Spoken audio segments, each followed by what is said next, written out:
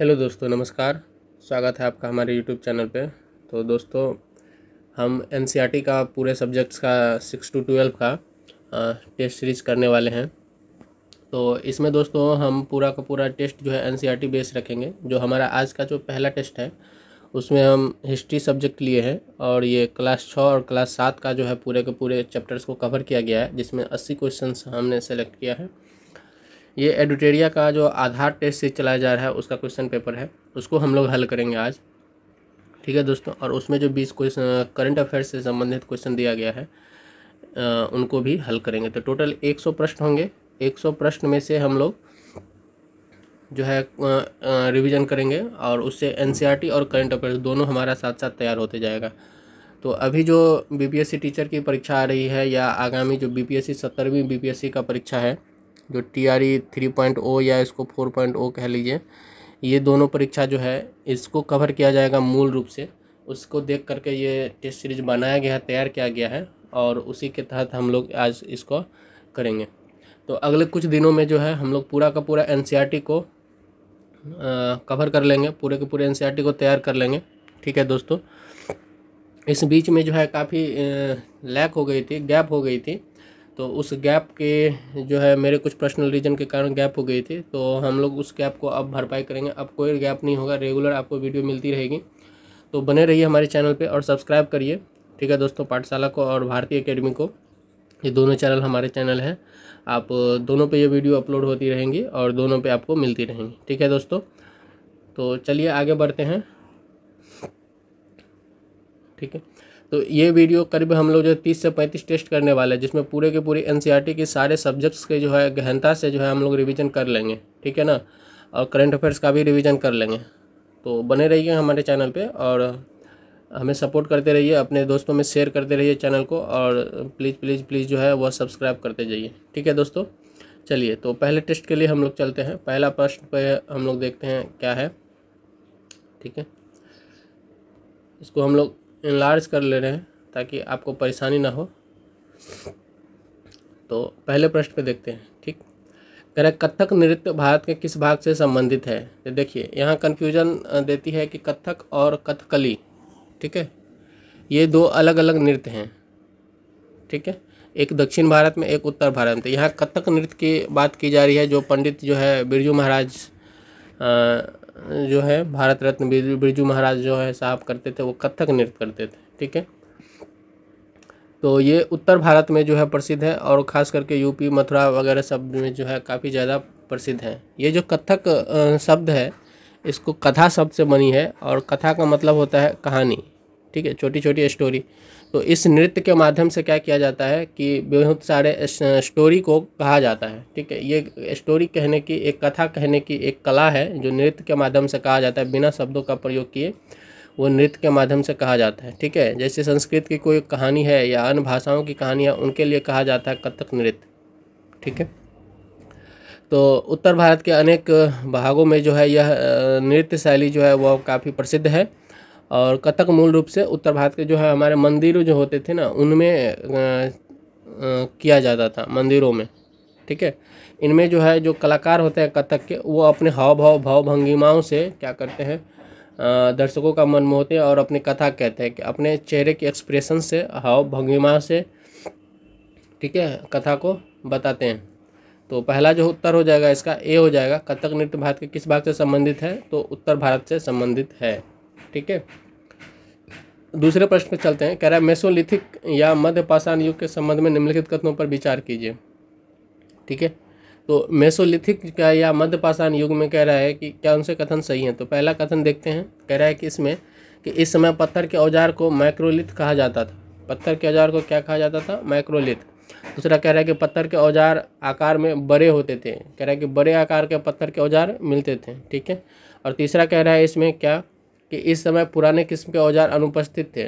ठीक है, तो देखिए आप इसमें ऑप्शन को छांट सकते हैं। किसी भी काल में जो है वह पुराने औजार को अनुपस्थित नहीं होते हैं। ठीक है ना, हम कोई नई चीज़ सीखते हैं तो पुराने को छोड़ नहीं देते, पुराने भी हमारे साथ साथ चलती रहती हैं, हालांकि उसका प्रयोग कम हो जाता है।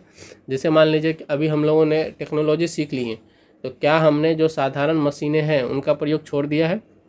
ठीक है, नहीं छोड़ा है ना। वो करते आते हैं तो अनुपस्थित नहीं होते हैं वो, तो तीसरा कथन तो इस तरह से गलत हो जाता है। ठीक है, आप ऐसे भी इसको गलत कर सकते हैं। अगर पत्थर के औजार आकार में जो है वह बड़े थे। ठीक है, जब यहाँ हम कह रहे हैं कि इस समय जो है मध्य पाषाण युग है, तो जो पूरा पाषाण युग था उसी समय में जो है बड़े बड़े पत्थरों का औजार शुरू में प्रयोग किए जाते थे। ठीक है, जब माइक्रोलिथ का ज़माना है, ये 1 और 2 कथन जो है ये दोनों आपस में विरोधाभास है। जब माइक्रोलिथ का मतलब ये होता है छोटे पत्थरों का प्रयोग करने वाला। जब छोटे आकार के औजार हमने बना लिए हैं तो बड़े आकार के औजार हम लोग क्या कर सकते हैं, नहीं प्रयोग कर सकते, है ना। मतलब प्रयोग करते हैं या फिर होते हैं, लेकिन छोटे आकार के औजार थे उस समय। ठीक है ना, तो ये कथन दूसरे कथन भी क्या हो जाएंगे, गलत हो जाएंगे, कि पत्थर के औजार क्या थे, आकार में बड़े नहीं थे। ठीक है, छोटे आकार थे, इसीलिए तो उसको माइक्रोलिथ कहा जाता था। तो पहला उत्तर केवल इसमें सही है, तो ये ऑप्शन है सी में। ठीक है, केवल एक जो है ये ऑप्शन है सी में, इसीलिए केवल एक इसका उत्तर होगा। ठीक है दोस्तों, तो बने रहिए हमारे चैनल पे और देखिए हम एक एक डिटेल में जो है इसका व्याख्या करेंगे और उसको जो है क्या करेंगे हम लोग हल करेंगे। ठीक है ना, इससे संबंधित जितने भी ऑप्शंस हैं उस पर भी हम लोग बात करेंगे। ठीक है, तो चलिए इस पर थोड़ी सी और बात कर लेते हैं। इस पर थोड़ी सी और बात करें तो क्या है, लगभग देखिए 12,000 वर्ष पहले से लेकर के 10,000 वर्ष पहले तक के काल को हम लोग क्या कहते हैं, मेसोलिथिक या मध्य प्रस्तर का युग कहते हैं या मध्य पाषाण का युग कहते हैं। ठीक है, 12,000 से लेकर के 10,000 तक। ठीक है, तो ये याद रखना, ये ईस्वी पूर्व की बात हो रही है, BC की बात हो रही है। ठीक है, तो इस दौरान हम लोग माइक्रोलिथ पत्थरों का प्रयोग करते थे। ठीक है, जैसे आरी हंसिया जैसे उपकरण क्या करते, उसके हड्डी के हैंडल पर लगाए जाते थे। ये सूक्ष्म पत्थर जो है ना, इस तरीके का हम लोग इस्तेमाल करते थे। चलिए तीसरे प्रश्न पे चलते हैं, जो कह रहा है बसोहली। ठीक है, ये एक शैली है, किस राज्य से संबंधित है। ठीक है, तो देखिए ये हमारे हिमालयी राज्य से संबंधित है। ठीक है ना, बसोहली जो चित्रकला है ये एक लघु चित्रकला है और ये हिमालयी राज्यों से संबंधित है। तो हिमाचल प्रदेश जो है ये हिमालयी राज्य, तो हिमालयी राज्य में देखें तो यहाँ देखिए ये कथन, ये स्टेटमेंट और ये स्टेटमेंट हमें छांट लेता है। अब उत्तराखंड और हिमाचल प्रदेश बनती है। ठीक है, तो ये हिमाचल प्रदेश का जो है अपना जो है क्या लघु चित्रकला है। ठीक है, लघु चित्रकला है। लघु चित्रकला क्या होता है, जो छोटे छोटे प्रस्तरों पर या फिर छोटे छोटे क्या होता है ताम्रपत्रों पर, इन सब चीज़ें दीवारों पर क्या करते हैं, बनाए जाते हैं। छोटे छोटे चित्र बनाए जाते हैं, पत्तियों पर बनाए जाते हैं, छोटे छोटे पेपर पर, कागज़ पर बनाए जाते हैं। तो इस तरह के जो चित्र है ना, बसोहली शैली का चित्र जो है वो लघु चित्रकला है। ठीक है, तो 17वीं शताब्दी के आसपास के वर्षों के बाद जो है हिमाचल प्रदेश में इस तरह की चित्रकला का उदय हुआ। ठीक है, और ये बहुत ही प्रभावशाली विकास हुआ। इसको कहा गया क्या, बसोहली शैली का चित्रकला कहा गया। ठीक है, तो 17वीं शताब्दी के आसपास जो हिमाचल प्रदेश में इसका उद्भव होता है और वहाँ से विकास होता है। ये वहाँ के कुछ ट्राइबल जनजातियाँ हैं जो अभी तक उनको संजो करके रखा है। ठीक है, चौथे प्रश्न में रखा है रसमंजरी के रचनाकार कौन है। ठीक है, रसमंजरी के रचनाकार कौन है। पहला ऑप्शन कह रहा है कि शंकर दयाल शर्मा, बी में कह रहा है कि विष्णु शर्मा, सी में कह रहा है कि भानुदत्त, डी में कह रहा है तुलसीदास। ठीक है, तो रसमंजरी के रचना कौन है, भानुदत्त हैं। ये लगभग सबको याद है, बहुत ही फेमस क्या है लघु चित्रकला की पुस्तक है रसमंजरी। हिमाचल प्रदेश में देखिए, हिमाचल में लघु चित्रकला की जो सबसे लोकप्रिय पुस्तक चित्रित हुई है वह हुआ भानुदत्त की, कौन सी, तो रसमंजरी। ठीक है, यह क्षेत्रीय लघु चित्रकला की एक विशिष्ट शैली को दर्शाता है ना। तो चलिए 5वें प्रश्न पे चलते हैं। ठीक है, कह रहा है कि बृहद धर्म पुराण के संबंध में निम्नलिखित कथनों पर विचार करें। कौन से धर्म, बृहद धर्म के संबंध में कह रहा है कि कथनों पर विचार करना है। तो पहला कथन इसमें क्या कह रहा है कि इसकी रचना बंगाल में की गई थी। सॉरी, बृहद पुराण है, बृहद धर्म पुराण है, तो कह रहा है बृहद धर्म पुराण की रचना जो है वो बंगाल में की गई थी। दूसरे कथन में कह रहा है कि इसमें ब्राह्मणों को कुछ विशिष्ट प्रकार की मछलियाँ खाने की अनुमति दी गई थी। कह रहा है कि ब्राह्मण भी कुछ विशिष्ट प्रकार की जो है मछलियाँ खा सकते हैं, इसकी अनुमति इस धर्म में दी गई थी। ठीक है, तो ये दोनों ही कथन सही हैं।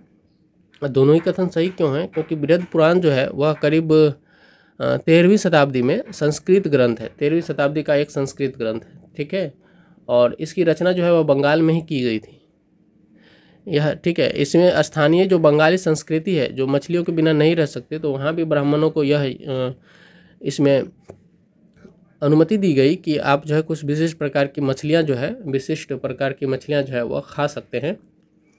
तो इसलिए ये दोनों कथन ही क्या है, सही है। ठीक है, इसका उत्तर जो होगा वो सी हो जाएगा। चलिए छठे प्रश्न में चलते हैं। छठा में कह रहा है मुगल बादशाह है, वर्ष दिया हुआ है, तो फर्रुखसियर कह रहा है किस वर्ष में आया था। ठीक है, देखिए फर्रुखसियर 1713 से 1719 तक के बीच में रहा था। ठीक है, 1713 से 1719 के बीच में रहा था। तो इसका जो हो जाएगा वो हो जाएगा 2। आलमगीर द्वितीय कब रहा था, तो आलमगीर द्वितीय जो है वो 1754 से 1759 के बीच में रहा था। 54 से 59 के बीच में, ये तीसरा हो जाएगा। ठीक है, आलमगीर द्वितीय 1754 से 1759 के बीच में राज किया था। ठीक है, शाह आलम द्वितीय कब किया था, तो शाह आलम द्वितीय जो है वो किया था आपको 1759 से 1806। आलमगीर द्वितीय के बाद आता है शाह आलम द्वितीय, और ये करता है 1759 से 1806 ईस्वी। ठीक है, यानी कि 4। अहमद शाह, ठीक है, तो अहमद शाह करता है 1748 से 54, जो बच गया है हमारा, तो 1748 से 54। ठीक है, तो 2 3 4 1 2 3 2 3 4 1, तो इसका उत्तर हो जाएगा बी। ठीक है, तो फर्रुखसियर कब करता है, तो 1713 से 19 फर्रुखसियर का काल है, समय है। और आलमगीर द्वितीय का समय है 1754 से 59, शाह आलम द्वितीय का समय है 59 से 1806, और अहमद शाह का समय है 1748 से 1754। ठीक है, 7वें प्रश्न पे चलते हैं कि इसमें मुगल काल में सवाई राजा जयसिंह को किस क्षेत्र की सूबेदारी मिली थी। तो मुगल काल में सवाई राजा जयसिंह को किस क्षेत्र की सूबेदारी मिली थी। ठीक है, तो ये कौन सा हो जाएगा, मालवा और बिहार तो होगा नहीं, क्योंकि ये दोनों कहाँ है, ये उत्तर भारत में है, स्थित है। ठीक है, गुजरात जयपुर में आपको लग रह सकता है, सॉरी माफ़ करिएगा, चूँकि सवाई राजा जयसिंह को सूबेदारी कहाँ की मिली थी। ठीक है ना, तो ये बिहार नहीं होगा। ठीक है, बिहार में सवाई राजा जयसिंह का सूबेदारी कभी नहीं आया था। ठीक है, गुजरात में जो है वहाँ जो है किसका चलता था, तो वो सौराष्ट्र का हिस्सा था, तो उसमें चलता था। देखिए मुगल सम्राट जो है मुगल काल में प्रभावशाली राजपूत घराने जितने भी थे उसको गुजरात और मालवा के लाभदायक सूबेदार बनाया गया था। ठीक है, तो गुजरात और मालवा का जो है वह सूबेदार बनाया गया था। और सवाई राजा जयसिंह जो है जोधपुर के राजा अजीत सिंह का गुजरात की सूबेदारी, और अंबर के सवाई राजा जयसिंह को मालवा की सूबेदारी दी गई थी। ठीक है, तो अंबर के जो राजा थे कौन, सवाई राजा जयसिंह अंबर के राजा थे, उनको मालवा की सूबेदारी दी गई थी। और गुजरात की सूबेदारी किसको दी गई थी, गुजरात की सूबेदारी दी गई थी जोधपुर के राजा थे कौन, अजीत सिंह, उनको दी गई थी गुजरात की सूबेदारी। ठीक है, इसका उत्तर हो जाएगा पी। ठीक है, 1722 में इसको सवाई राजा जयसिंह को आगरा की भी सूबेदारी मिलती है। ठीक है, आगरा की सूबेदारी भी मिलती है 1722 में, तो इसको भी ध्यान रखना है। ठीक, चलिए आते हैं हम लोग 8वें प्रश्न पे। 8वां प्रश्न कह रहा है कि नवपाषाण काल के औजारों के संबंध में निम्नलिखित कथनों पर विचार कीजिए। पहला कह रहा है कि औजार पॉलिश किए जाते थे। दूसरा कथन कह रहा है कि इस अवधि में ओखल और मूसल का उपयोग अनाज को पीसने के लिए किया जाता था। ठीक है, नवपाषाण काल के औजारों के संबंध में कह रहा है कि नवपाषाण काल, तो कह रहा है कि इसमें औजार पॉलिश किए जाते थे। ये कथन सही है, नवपाषाण काल में औजार पॉलिश किए जाने लगे ताकि उनकी धार जो है वो शार्पनेस जो है वो और निखर के आए। और इस अवधि में ओखल और मूसल का उपयोग अनाज को पीसने के लिए किया जाने लगा। ठीक है, तो ये भी कथन सही है, तो दोनों कथन इसमें सही हैं, इसलिए उत्तर इसका हो जाएगा सी। ठीक है, देखिए जो नवपाषाण काल का समय काल है वह है लगभग 95 से ईस्वी पूर्व के समय काल को नवपाषाण काल माना जाता है, जो शुरुआती समय है इसका। ठीक है, और इसी समय पर पत्थरों का जो है वो बहुत सारे औजार भी मिलते हैं हमें, है ना। इसी टाइम पर पत्थरों के बहुत सारे औजार भी मिलते हैं, और इनमें से कई औजार जो है वह पुरापाषाण कालीन औजारों से बहुत ही उच्च किस्म के थे। ठीक है, और इसलिए जो है उनको नवपाषाण काल कहा जाने लगा। ठीक है, जैसे कि ठीक ठीक किसी पत्थर का जो औजार बनाया जाता है तो उसमें ठीक ठीक धार देने के लिए क्या किया जाता है, उसमें जो है हल्का सा रगड़ करके उसको पॉलिश किया जाने लगा, और उससे क्या होगा कि उसमें धार जो है माफ़ कीजिएगा, औजारों की धार जो है वह उसमें शार्प जो है ठीक होने लगी। अनाजों को पीसने के लिए जो है वह खल और मूसल का उपयोग भी किया जाने लगा बाद में। ठीक है, जो कि पुरापाषाण काल में नहीं किया जाता था। चलिए अब 90 प्रश्न में चलते हैं। इसमें कह रहा है सिख जत्थों तथा मिसलों की संयुक्त सेना को क्या कहा जाता है। सिख जत्था और मिसल का जो सेना था, उनको संयुक्त सेना था, उनको क्या कहा जाता था, तो उनको दल खालसा कहा जाता था। ठीक है, सिर्फ खालसा नहीं, निहंग नहीं, गुरुमुखी नहीं, क्या कहा जाता था, दल खालसा कहा जाता था। ये 18वीं शताब्दी की बात है, और 18वीं शताब्दी में कई योग्य नेता जो है, सिख योग्य नेता जो है, मिल करके अपने आप को क्या किया, जत्थों में बांधने लगा, जत्था कहने लगा, एक ग्रुप बना लिया जिसको कहने लगा जत्था। ठीक है, और बाद में जो है वह मिस्ल का जो संगठित, बाद में यही क्या हो गया, मिस्ल में संगठित हो गया। ठीक है, और इन दोनों को यदि मिला दे, मिस्ल को और इसको दोनों को मिला दे, तो ये कहलाने लगा दल खालसा। ठीक है, तो इसको ध्यान रखिएगा, दल खालसा जत्था और मिस्ल को जो सेना मिल गई तो उसको दल खालसा कहते हैं। ठीक है, दो मिली, दो शब्द का बना। ठीक है, निहंग गुरुमुखी खालसा एक शब्द का है। तो ऑप्शन में उम्मीद है कि इस तरह का रहेगा, तो छांट लीजिएगा। ठीक है, 10वें प्रश्न में आते हैं। 10वें में कह रहे हैं सिखों की राखी व्यवस्था जो है के अंतर्गत उपज का कितना प्रतिशत हिस्सा संरक्षण के लिए लिया जाता था। ठीक है, तो कह रहे राखी व्यवस्था के अंतर्गत जो है उपज का कितना प्रतिशत हिस्सा लिया जाता था। देखिए 18वीं शताब्दी में दल खालसा बैसाखी और दिवाली के पर्वों के अवसर पर जो है दल खालसा क्या लेता था, इसमें हिस्सा, संरक्षण के लिए हिस्सा लेता था। ठीक है, इन बैठकों में जो है जितने भी बैठक होते थे इस तरह के, उसमें सामूहिक निर्णय लिए जाते थे और इनको गुरुमत्ता यानी कि गुरु का प्रस्ताव कहा जाता था। ठीक है, क्या कहा जाता था, गुरुमत्ता, यानी कि इसको कहते हैं, गुरुमत्ता का मतलब है गुरु का मत, यानी कि गुरु का प्रस्ताव।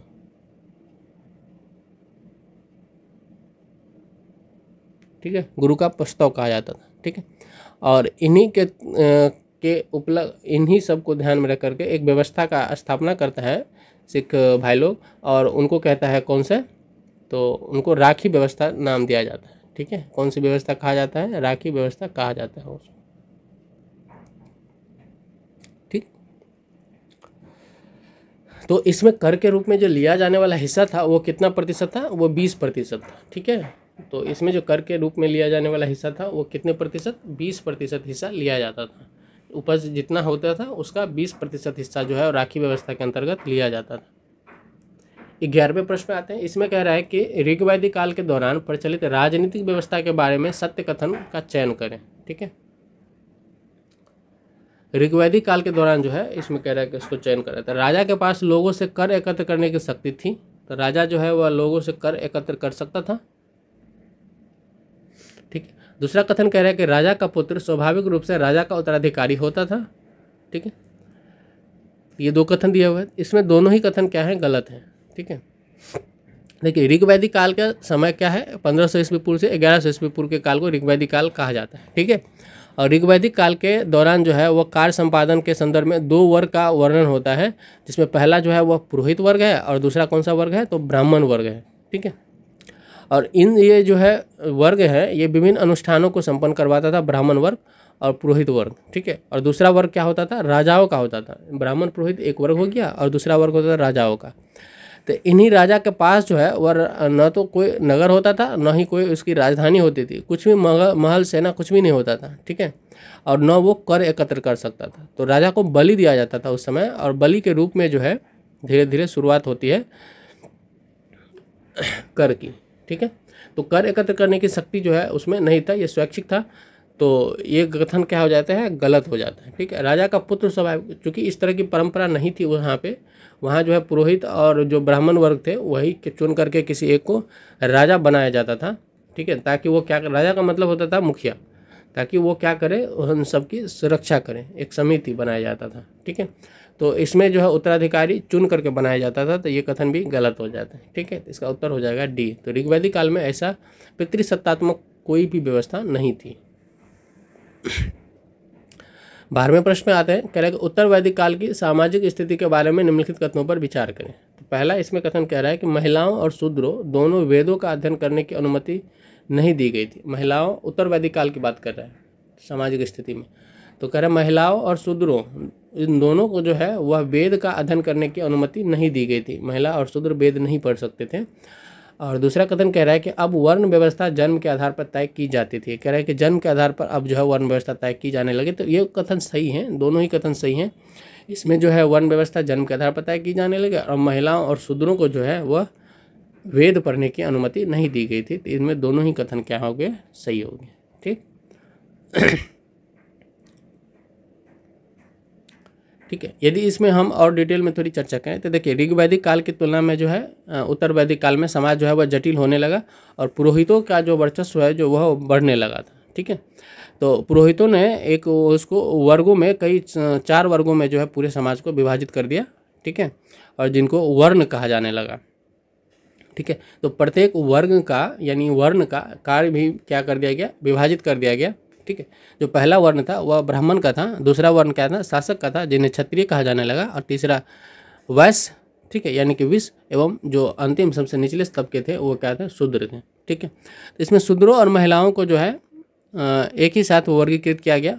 ठीक है, और इन दोनों को जो है वह केवल सेवा करने के लिए रखा गया, कार्य दिया गया, और जो अपने से उच्च वर्ग है या महिलाएं अपने पतियों की सेवा करने के लिए उनको कहा गया था। ठीक है, यदि और डिटेल में इसको देखें तो इसीलिए जो है महिलाओं और शूद्रों को क्या किया गया, वेदों को पढ़ने की अनुमति नहीं दी गई। ठीक है, चलिए तीसरे प्रश्न में, प्रशस्ति का अर्थ क्या होता है। तीसरा जो प्रश्न है वह कह रहा है कि प्रशस्ति का अर्थ क्या होता है। तो प्रशस्ति पत्र, ठीक है, इसका मतलब क्या होता है, स्वीकृति, ठीक है, प्रशंसा, आश्वासन या सफलता। ठीक है, तो इसका मतलब होता है प्रशंसा। प्रशस्ति का मतलब होता है प्रशंसा। ठीक है, तो प्रशस्ति एक विशेष प्रकार का क्या है, एक अभिलेख है। ठीक है, यह संस्कृत का शब्द है प्रशस्ति, और इसका अर्थ क्या होता है, वह प्रशंसा होता है। ठीक है, जैसे गौतमी पुत्र सातकर्णी जैसे कुछ शासक के लिए प्रस्तुतियों की रचना की गई थी, प्रशंसाओं की रचना की गई थी। ठीक है, गौतमी पुत्र सातकर्णी। ठीक है, चलिए 14वें प्रश्न पे आते हैं। इसमें कह रहा है कि समुद्रगुप्त की नीतियों का वर्णन किसने किया है। ठीक है, तो ये हरिसेन ने किया है समुद्रगुप्त की नीतियों का वर्णन, इसमें तो कोई दो राय नहीं है। हरिसेन ने पर्याग प्रशस्ति में दक्षिणापथ के शासकों की संख्या कितनी बताई है। ठीक है, तो पर्याग प्रशस्ति में जो दक्षिणापथ है उसके शासकों की संख्या कितनी बताई है, तो ये बताई है 12 बताई है। ठीक है, तो 12 शासकों की इन्होंने संख्या बताई। ठीक है, देखिए हरिसेन 4 प्रकार के जो है वह राजाओं और उनके प्रति जो है समुद्रगुप्त की नीतियों का वर्णन करता है, 4 प्रकार का। पहला कौन सा, तो पहला करता है कि आर्यावर्त के 9 शासकों को समुद्रगुप्त ने हराकर उनके राज्यों को क्या किया दिया था, अपने साम्राज्य में मिला लिया था, ये पहला है।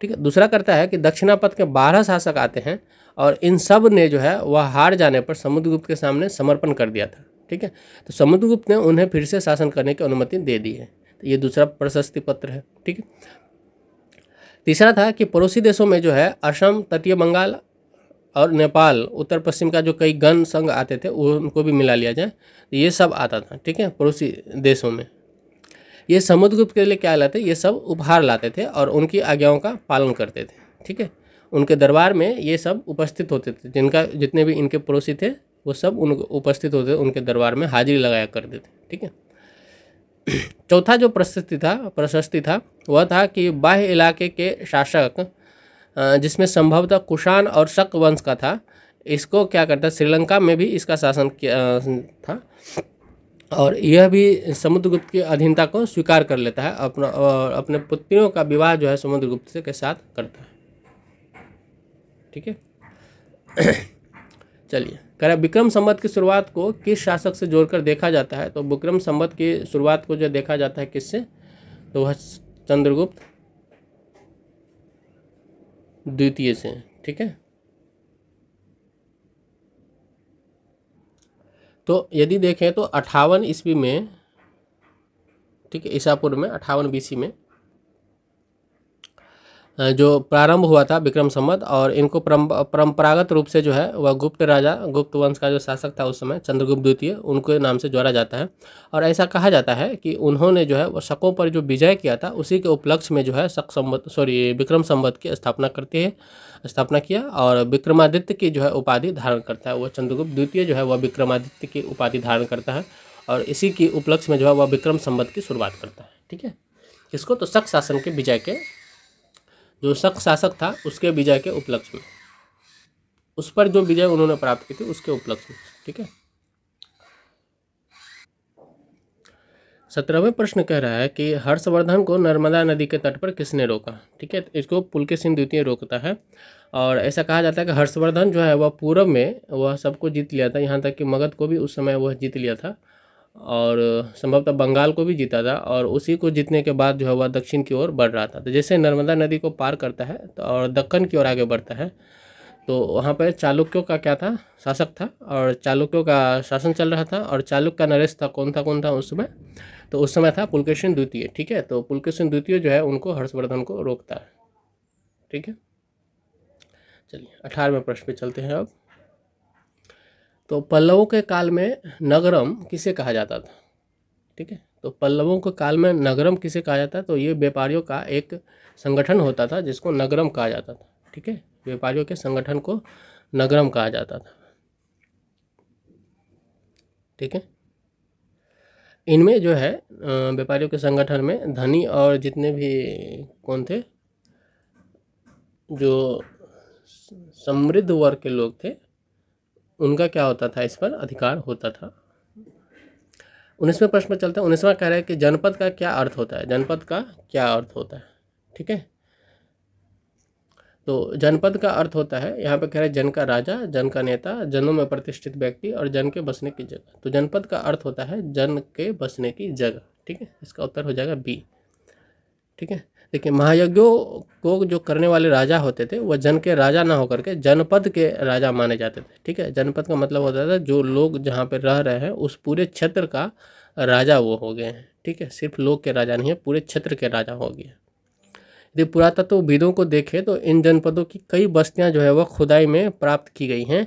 और दिल्ली में जैसे पुराना किला, उत्तर प्रदेश में मेरठ के पास जो है हस्तिनापुर, और एटा के पास अतरंजी खेरा जो है इसमें प्रमुख है। ठीक है, जो खुदाई से प्राप्त पता चला है, खुदाई से पता चला है कि लोग झोपड़ियों में क्या करते थे उस समय रहते थे, और मवेशी पालते थे, जानवरों को पालते थे, और जो उपजाते थे, कृषि करते थे, उनमें जो है वह गेहूँ, धान, जौ, दालें, गन्ना, तिल और सरसों जैसी फसलों जो है वह उस समय उगाते थे। ठीक है, 20वें प्रश्न में चलते हैं कि इसमें कह रहा है कि महाजनपदों का उद्भव लगभग कितने वर्ष पूर्व हुआ था? महाजनपदों का उद्भव लगभग कितने वर्ष पूर्व हुआ था? तो महाजनपद जो है जनपद का ही क्या था? विस्तृत रूप था महाजनपद। तो इसका उद्भव कितने वर्ष पूर्व होता है? ठीक है, तो लगभग 2500 वर्ष पहले हुआ था महाजनपद का उद्भव। ठीक है, तो इसका उत्तर हो जाएगा बी। महाजनपद काल के संबंध में निम्नलिखित कथनों पर विचार करना है। ठीक है, तो हल के फाल माफ कीजिएगा, हल के फाल अब लोहे के बनने लगे, धान के पौधों का रोपण प्रारंभ हो गया। ठीक है, तो ये जो महाजनपद काल में थे ये उससे पहले ही आ गया था, तो ये क्या कहते हैं, दोनों ही कथन गलत हो जाते हैं। ठीक है, सॉरी इसमें क्या कह रहा है? असत्य कथन को चयन करना है, तो दोनों ही कथन क्या है? सत्य है। ठीक है ना, दोनों ही कथन सत्य है, यानी कि असत्य कथन दोनों में से कोई नहीं है। तो महाजनपद युग में जो है वह कृषि में बड़े परिवर्तन आए थे, क्योंकि लोहा की खोज हो गई थी, और लोहा चूँकि क्या होता था? मजबूत होता था, तो इससे जो है खेती करने में और जंगलों की कटाई करने में बड़ी आसानी होती थी। कृषि की जो भूमियाँ थी वह बढ़ने लगी थी, और कृषि की उपज भी बढ़ने लगी थी महाजनपद काल में। ठीक है, तो धान के पौधों का रोपण होने लगा, क्योंकि गीली मिट्टियों को कोरना, उसमें पानी देना, या सूखी मिट्टियों को छिड़क करके मिट्टियों को जो है कोरना और उसके बाद छिड़क करके धान को उगाना, ये सब प्रारंभ हो गया था। ठीक है, 22वें प्रश्न में आते हैं। कह रहा है कि पाणिनि के संबंध में निम्नलिखित कथनों पर विचार करें। पहला कह रहा है कि उन्होंने संस्कृत के लिए व्याकरण तैयार किया, पाणिनि। ठीक है, उन्होंने एक विशेष क्रम में स्वर की रचना की, परंतु व्यंजन को बाद के काल में अन्य विद्वानों द्वारा जोड़ा गया। दूसरा कथन गलत है, पाणिनि ने संपूर्ण व्याकरण की रचना की थी, तो केवल एक कथन इसका क्या हो जाएगा? उत्तर हो जाएगा।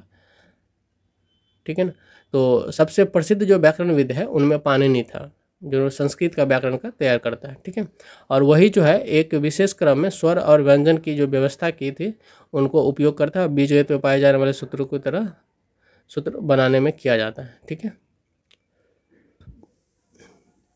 आते हैं हम लोग 23वें प्रश्न में। कह रहा है कि वज्जी संघ का वर्णन किस पुस्तक में है? तो वज्जी संघ का वर्णन कह रहा है किस पुस्तक में है? तो मध्यम निकाय, अंगुत्तर, दीर्घ निकाय और विनय पिटक। ठीक है, तो इसका जो है वह दीर्घ निकाय में है। वज्जित संघ का वर्णन किस पुस्तक में है, तो वह दीर्घ निकाय में है। देखिए वज्जित संघ का वर्णन दीर्घ निकाय से लिया गया है और दीर्घ निकाय एक प्रसिद्ध बौद्ध ग्रंथ है, ठीक है ना। इसमें बुद्ध के कई व्याख्यान दिए गए हैं और करीब 2300 साल पहले इसको लिखा गया था। जो गण या गण संघ होता था उसमें कई शासक होते थे और इसमें से प्रत्येक व्यक्ति राजा कहलाता था। जो जितने भी गण संघ के शासक थे वह सब राजा कहलाता। ये सभी राजा जो है वह विभिन्न अनुष्ठानों को एक साथ संपन्न करते थे और सभाओं में बैठकर ये बातचीत करते थे, बहस वाद विवाद के जरिए करते थे, ठीक है। और जो भी विवादों का निपटारा होता था ये बहस ही वाद विवाद को कर करके निपटारा करते थे, ठीक है। और जो शत्रुओं के आक्रमण का बात होता था इस समय भी वे क्या करते थे, मिलकर शत्रुओं से निपटते थे। और उस समय जो उनकी दासियां होती थी, स्त्रियां दास और तथा जो है कर्मकार भी इन सब में हिस्सा नहीं ले सकते थे, ठीक है। चलिए 24वें प्रश्न पे चलते हैं। तो 24वां प्रश्न कह रहा है कि पूरी उड़ीसा में जो है उसमें कह रहा है कि जगन्नाथ जी का मंदिर किस वंश के शासक ने बनवाया है, तो ये गंग वंश के शासक ने बनवाया है जगन्नाथ मंदिर, ठीक है। अभी चर्चा में भी है, इससे यहाँ से प्रश्न पूछे जाने की बहुत ही संभावना भी है, इसको याद रखना। गंग वंश के शासक ने जगन्नाथ जी का मंदिर बनाया है, ठीक है। तो 12वीं शताब्दी में करीब बनाया गया था। गंग वंश के राजा जो है अत्यंत प्रतापी राजा था, अनंत वर्मन, ठीक है।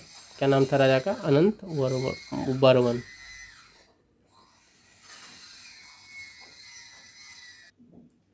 ठीक है, अनंत वर्मन जो है बहुत ही प्रतापी राजा था और उन्हीं ने इसका निर्माण करवाया था, ठीक है।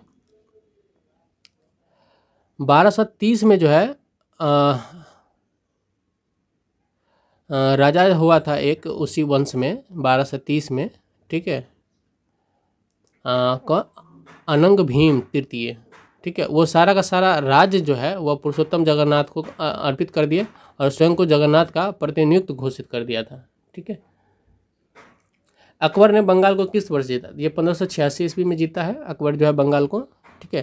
देखिए 8वीं शताब्दी से पाल शासकों के अंतर्गत जो है एक क्षत्रिय राज्य बंगाल का उद्भव हो गया और 14वीं से 16वीं शताब्दी के बीच जो है बंगाल पर सुल्तानों का शासन रहा था, 14वीं से 16वीं शताब्दी के बीच, ठीक है। जो दिल्ली में स्थित शासक होते थे और उनसे स्वतंत्र होते थे उससे। तो 1586 में जब अकबर ने इस प्रदेश यानी कि बंगाल को जीत लिया तो उसे क्या माना जाने लगा, सूबा माने जाने लगा, ठीक है। उस समय प्रशासन की भाषा क्या होती थी, फारसी होती थी, लेकिन बंगाली जो है वह क्षत्रिय भाषा के रूप में विकसित होने लगी, ठीक ना। चलिए 26वें प्रश्न पे चलते हैं। इसमें कह रहा है कि दक्षिण भारतीय भक्ति संतों के बारे में सत्य कथन का चयन करें। दक्षिण भारतीय भक्ति संतों के बारे में सत्य कथन का चयन करें। तो पहला कह रहा है नैनार शैव संत थे, नैनार कह रहा है शैव संत थे, अलवार कह रहा है कि वैष्णव संत थे, और तीसरा कथन कह रहा है कि ये संत केवल अस्पृश्य समझने वाले पुलैया तथा पनार जातियों के लोग थे। तो ये नैनार जो है शैव संत है, ये कथन सही है, ठीक है। अलवार जो है वो वैष्णव संत है, ये सही है। और ये कह रहा है केवल अस्पृश्य समझे आने वाले पुलैया और पनार जाति होती, इसमें बहुत सारी जातियाँ मिक्स थी, अस्पृश्य भी थे, ठीक है। तो केवल लगा दिया, इसीलिए तीसरा कथन गलत हो जाता है, ठीक है। तो 1 और 2 सही होगा।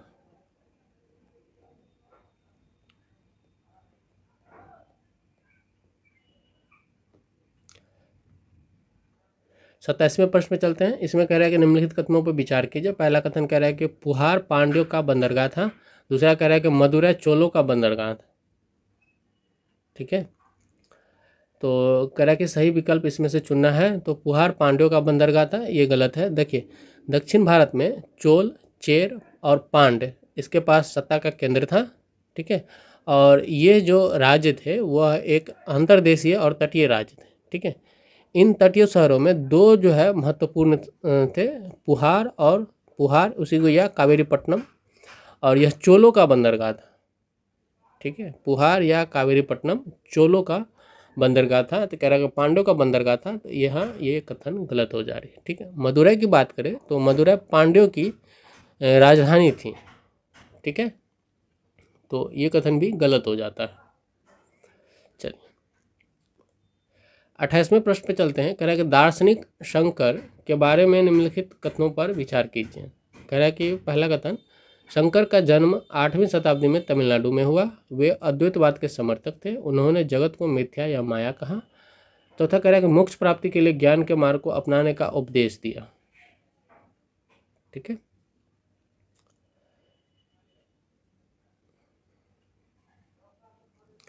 तो पहला कथन कह रहा है कि शंकर का जन्म 8वीं शताब्दी में तमिलनाडु में। देखिए, भारत के जितने भी सर्वाधिक जो है प्रतिभाशाली दार्शनिक था, उनमें से सबसे प्रसिद्ध जो था, सबसे भयंकर जो थे, वह शंकर थे। ठीक है, उनका जन्म 8वीं शताब्दी में होता है, लेकिन केरल प्रदेश में होता है। ठीक है, तमिलनाडु में नहीं होता है। कहाँ होता है? तो केरल प्रदेश में होता है। ठीक है, वे अद्वैतवाद के समर्थक थे और उनके अनुसार जो है वह अद्वैतवाद के समर्थक थे, तो ये कथन सही हो जाता है। और इनके अनुसार जो जीव है, ठीक है, जो जीव है वह आत्मा और परमात्मा, ठीक है, दोनों क्या है? एक ही हैं। जो जीव में आत्मा और परमात्मा होती है, जो परम सत्य है, दोनों एक ही होते हैं। और उन्होंने यह शिक्षा दी, या कह सकते हैं उनको अनुयायियों को बताया कि ब्रह्मा क्या है? एकमात्र परम सत्य है और वह निर्गुण और निराकार है। ठीक है, शंकर ने हमारे चारों ओर के संसार को मिथ्या या माया माना है और संसार का परित्याग करने अर्थात संन्यास लेने और ब्रह्मा की जो है सही प्रकृति को समझने और मोक्ष प्राप्त करने के लिए ज्ञान के मार्ग का उपदेश दिया है। ठीक है, तो इससे हमारे दोनों कथन क्या हो जाते हैं? सही हो जाते हैं। तो जगत को उन्होंने क्या कहा था? मिथ्या कहा था और मोक्ष की प्राप्ति के लिए ज्ञान के मार्ग को अपनाने का उपदेश दिया था।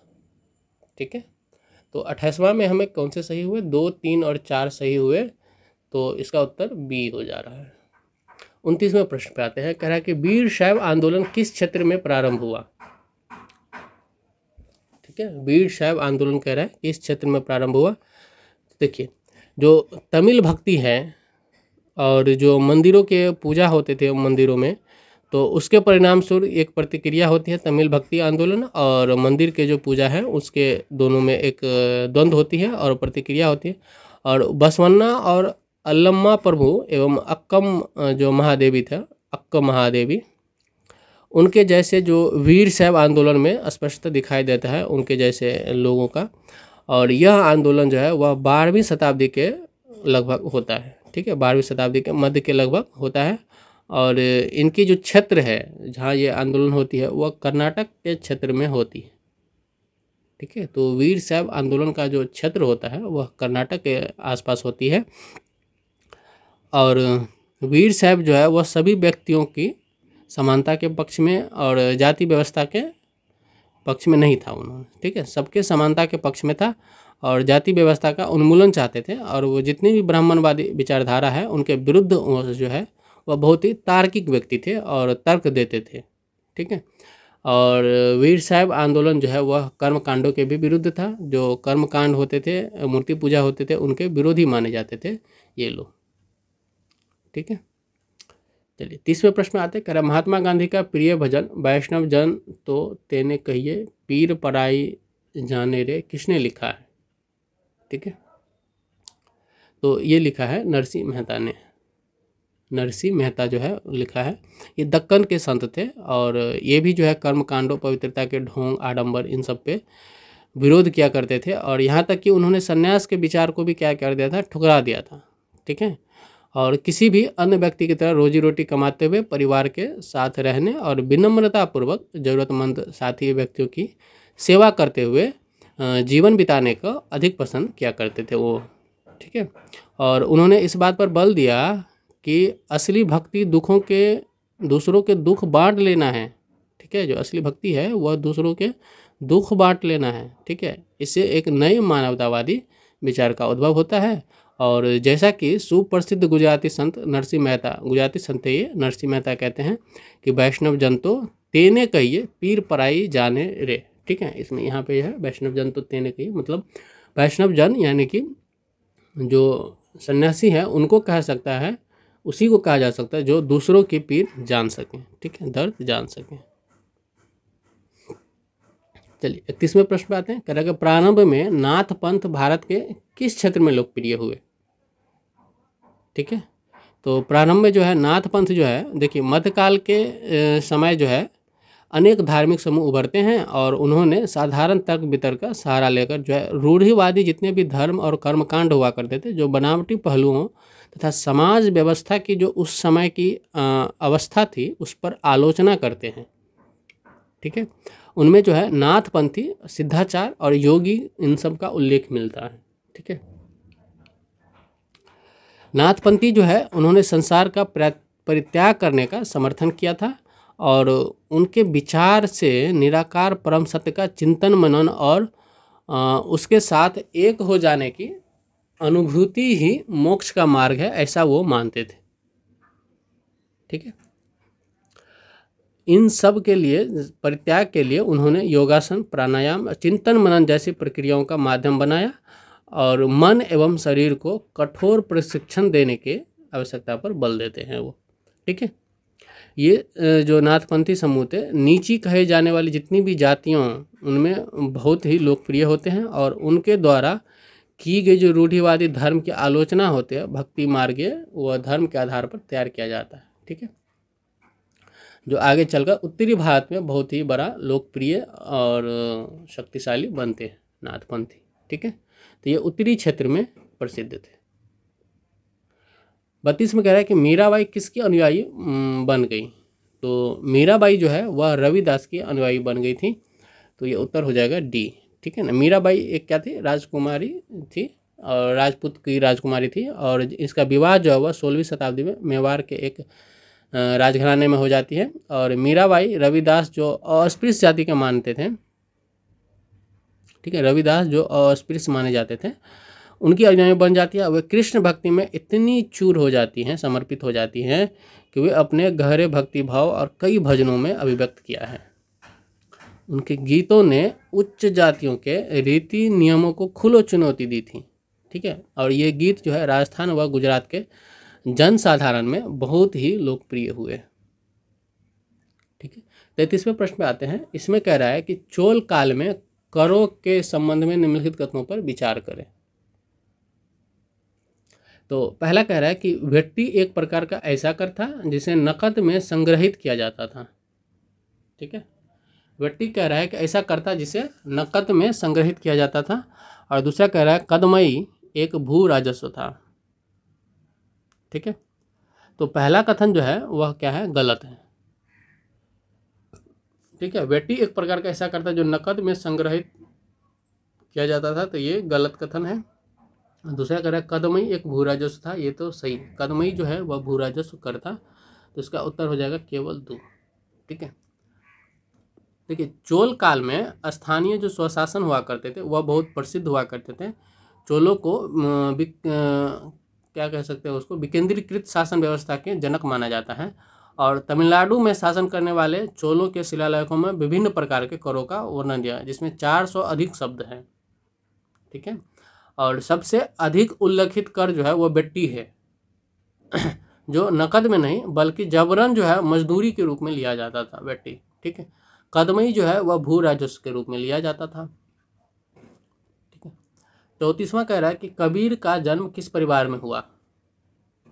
तो कबीर का जन्म जो है वह जुलाहा परिवार में हुआ। ये बड़े ही, ठीक है,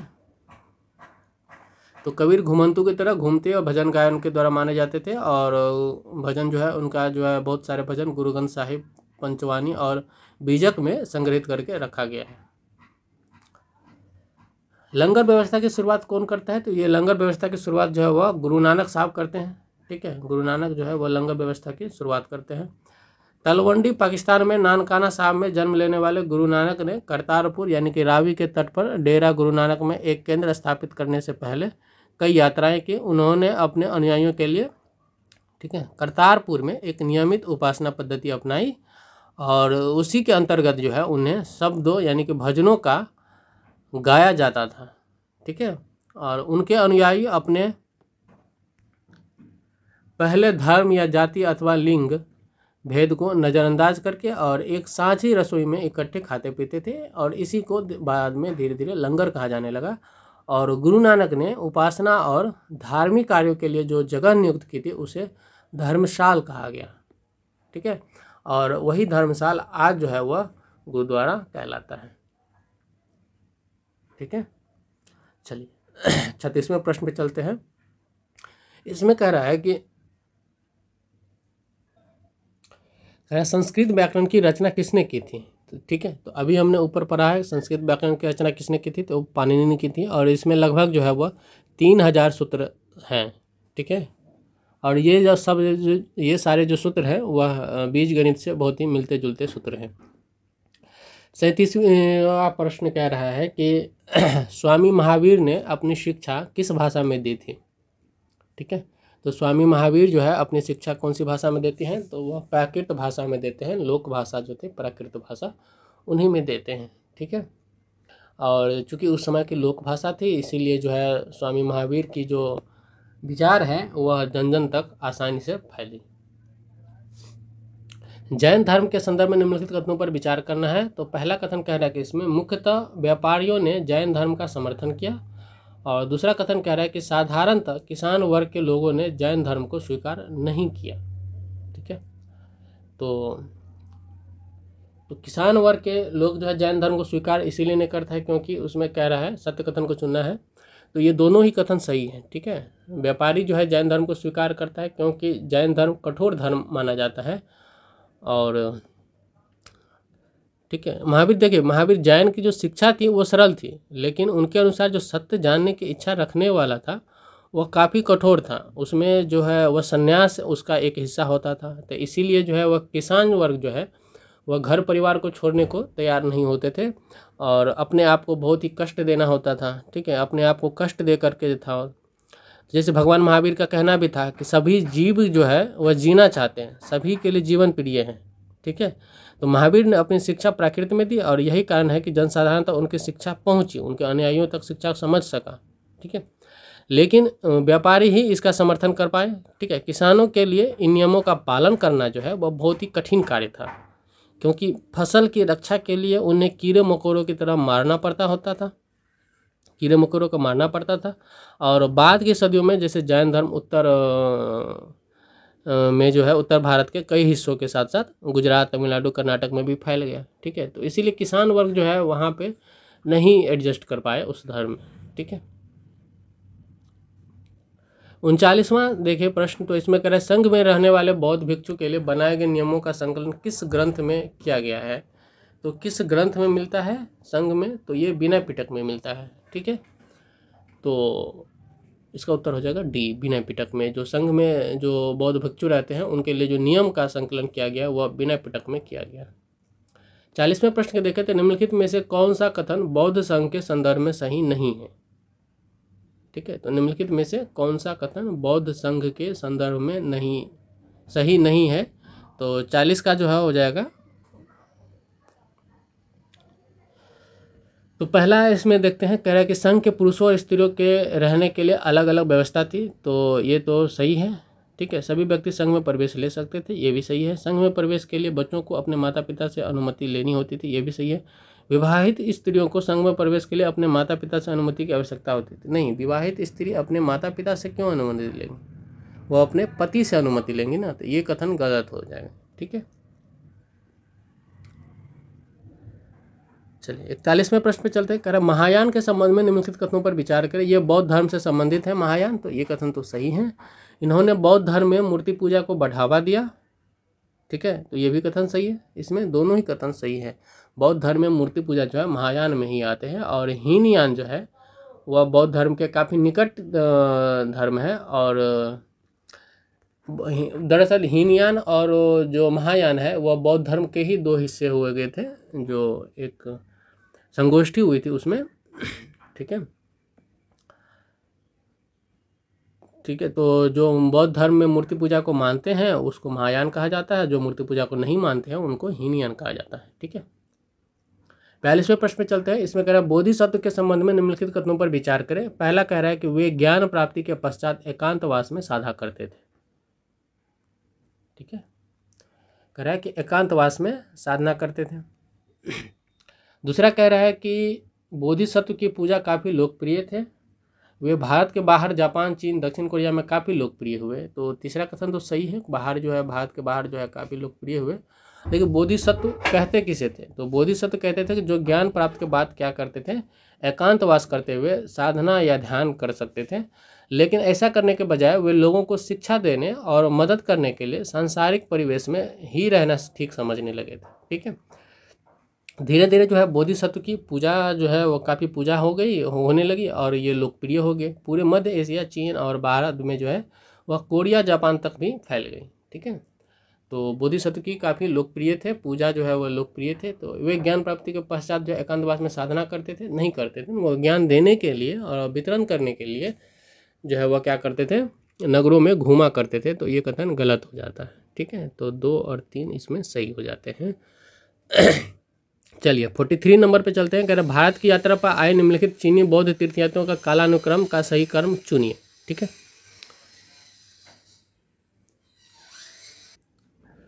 तो इसमें देखिए सबसे पहले जो है वो आता है, वो फाहियान आता है, फिर ह्वेनसांग आता है, फिर इत्सिंग आता है। ठीक है, तो इसका उत्तर हो जाएगा बी।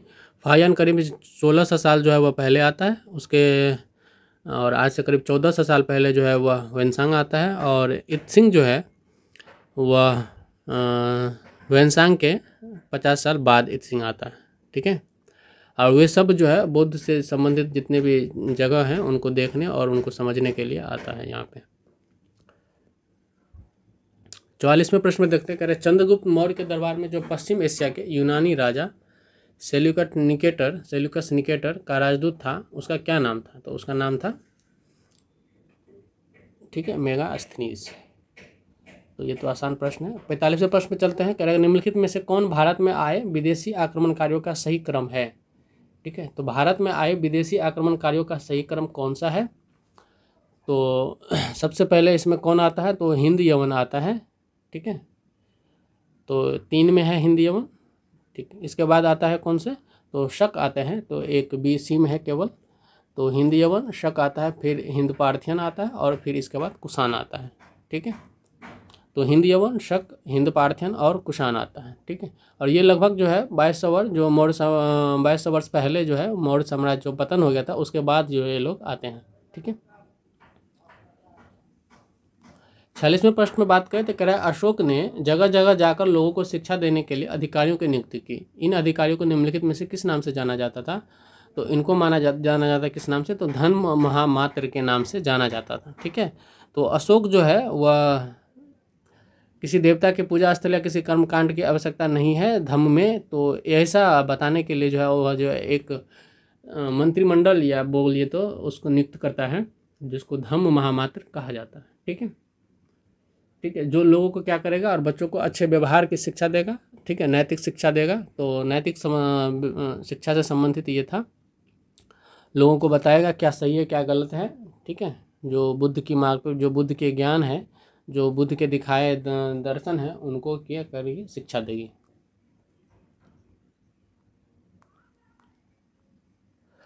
47वें प्रश्न पे चलते हैं। इसमें कह रहा है अशोक के संबंध में निम्नलिखित पर विचार कीजिए। पहला कथन कह रहा है कि अशोक ऐसा पहला शासक था जिसने अभिलेखों द्वारा जनता तक अपना संदेश पहुंचाने की कोशिश की। ठीक है, और दूसरा कथन कह रहा है कि इसमें अशोक के ज़्यादातर अभिलेख खरोष्टी लिपि में है, और तीसरा कह रहा है कि अशोक ने अपने एक अभिलेख में कलिंग युद्ध का वर्णन किया है। तो ये सही है और ये भी सही है, ये गलत है। खरोष्टी में ज़्यादातर नहीं है, ज़्यादातर ब्राह्मी लिपि में है। ठीक है, तो 1 और 3 इसमें सही हो जाएंगे। 48 में कह रहा है कि मुगलों की जागीर दिल्ली सल्तनतों में से किसके बराबर है? जो मुगलों की जागीर है वह दिल्ली सुल्तानों में से किसके बराबर है? ठीक है, तो किसके बराबर है? तो इक्ता के बराबर है इसमें। ठीक है, इक्ता क्या होती थी? ठीक है, तो इक्ता जो होती थी वह मनसबदारी व्यवस्था में मुगल साम्राज्य की बहुत ही मजबूत नींव थी, और मनसबदार का जो अपना वेतन राजस्व था उसके रूप में प्राप्त होता था इक्ता, जिन्हें क्या कहा जाता था? जागीर कहा जाता था। ठीक है, और जो कुछ हद तक इक्ताओं के तरह थे, यानी कि जो सुल्तानों में इक्ता होती थी वह मुगलों में जागीर होती थी। ठीक है, 49वीं की बात करें तो इसमें कह रहे 14वीं शताब्दी के ग्रंथ लीला तिलकम के बारे में सत्य कथन का चयन करें। ठीक है, कौन से ग्रंथ हैं? तो लीला तिलकम पहला कह रहा है कि यह केरल में मलयालम में लिखी गई ऐसी पहली साहित्यिक पुस्तक है जो व्याकरण और काव्य से संबंधित है। दूसरा कह रहा है कि इस पुस्तक की रचना केवल संस्कृत भाषा में की गई थी। तो इसमें कह रहा है कि सत्य कथन का चयन करें, तो ये दोनों ही कथन क्या है, गलत हैं। इसमें देखिए, साथ साथ चेर लोगों ने संस्कृत की परंपराओं से भी जो है बहुत कुछ ग्रहण किया था, ठीक है। और केरल का मंदिर, रंगमंच, इसकी परंपरा इस युग तक जो है खोजी जा सकती है, ठीक है। संस्कृत के महाकाव्य पर आधारित था यह ग्रंथ, और मलयालम भाषा की पहली साहित्यिक कृतियां हैं जो लगभग 12वीं शताब्दी की बताई जाती हैं, और प्रत्यक्ष रूप से संस्कृत की ऋणी है ये, ठीक है। यह भी एक काफ़ी रोचक तथ्य है कि 14वीं शताब्दी का एक ग्रंथ आता है लीला तिलकम, जो व्याकरण और काव्य शास्त्र विषयक है, ठीक है, और मणि प्रवालम शैली में लिखा गया था। मणि प्रवालम का शाब्दिक अर्थ होता है हीरा और मूंगा, ठीक है। तो यहाँ जो दो भाषाओं संस्कृत और क्षेत्रीय भाषा के रूप में एक साथ साथ जो है वह प्रयोग की ओर संकेत करता है, ठीक है।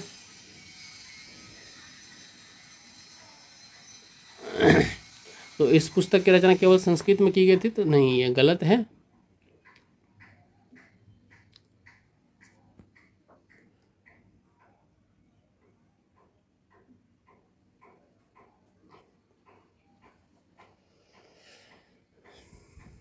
तो ये दोनों कथन गलत हो जा रहे हैं, ठीक है।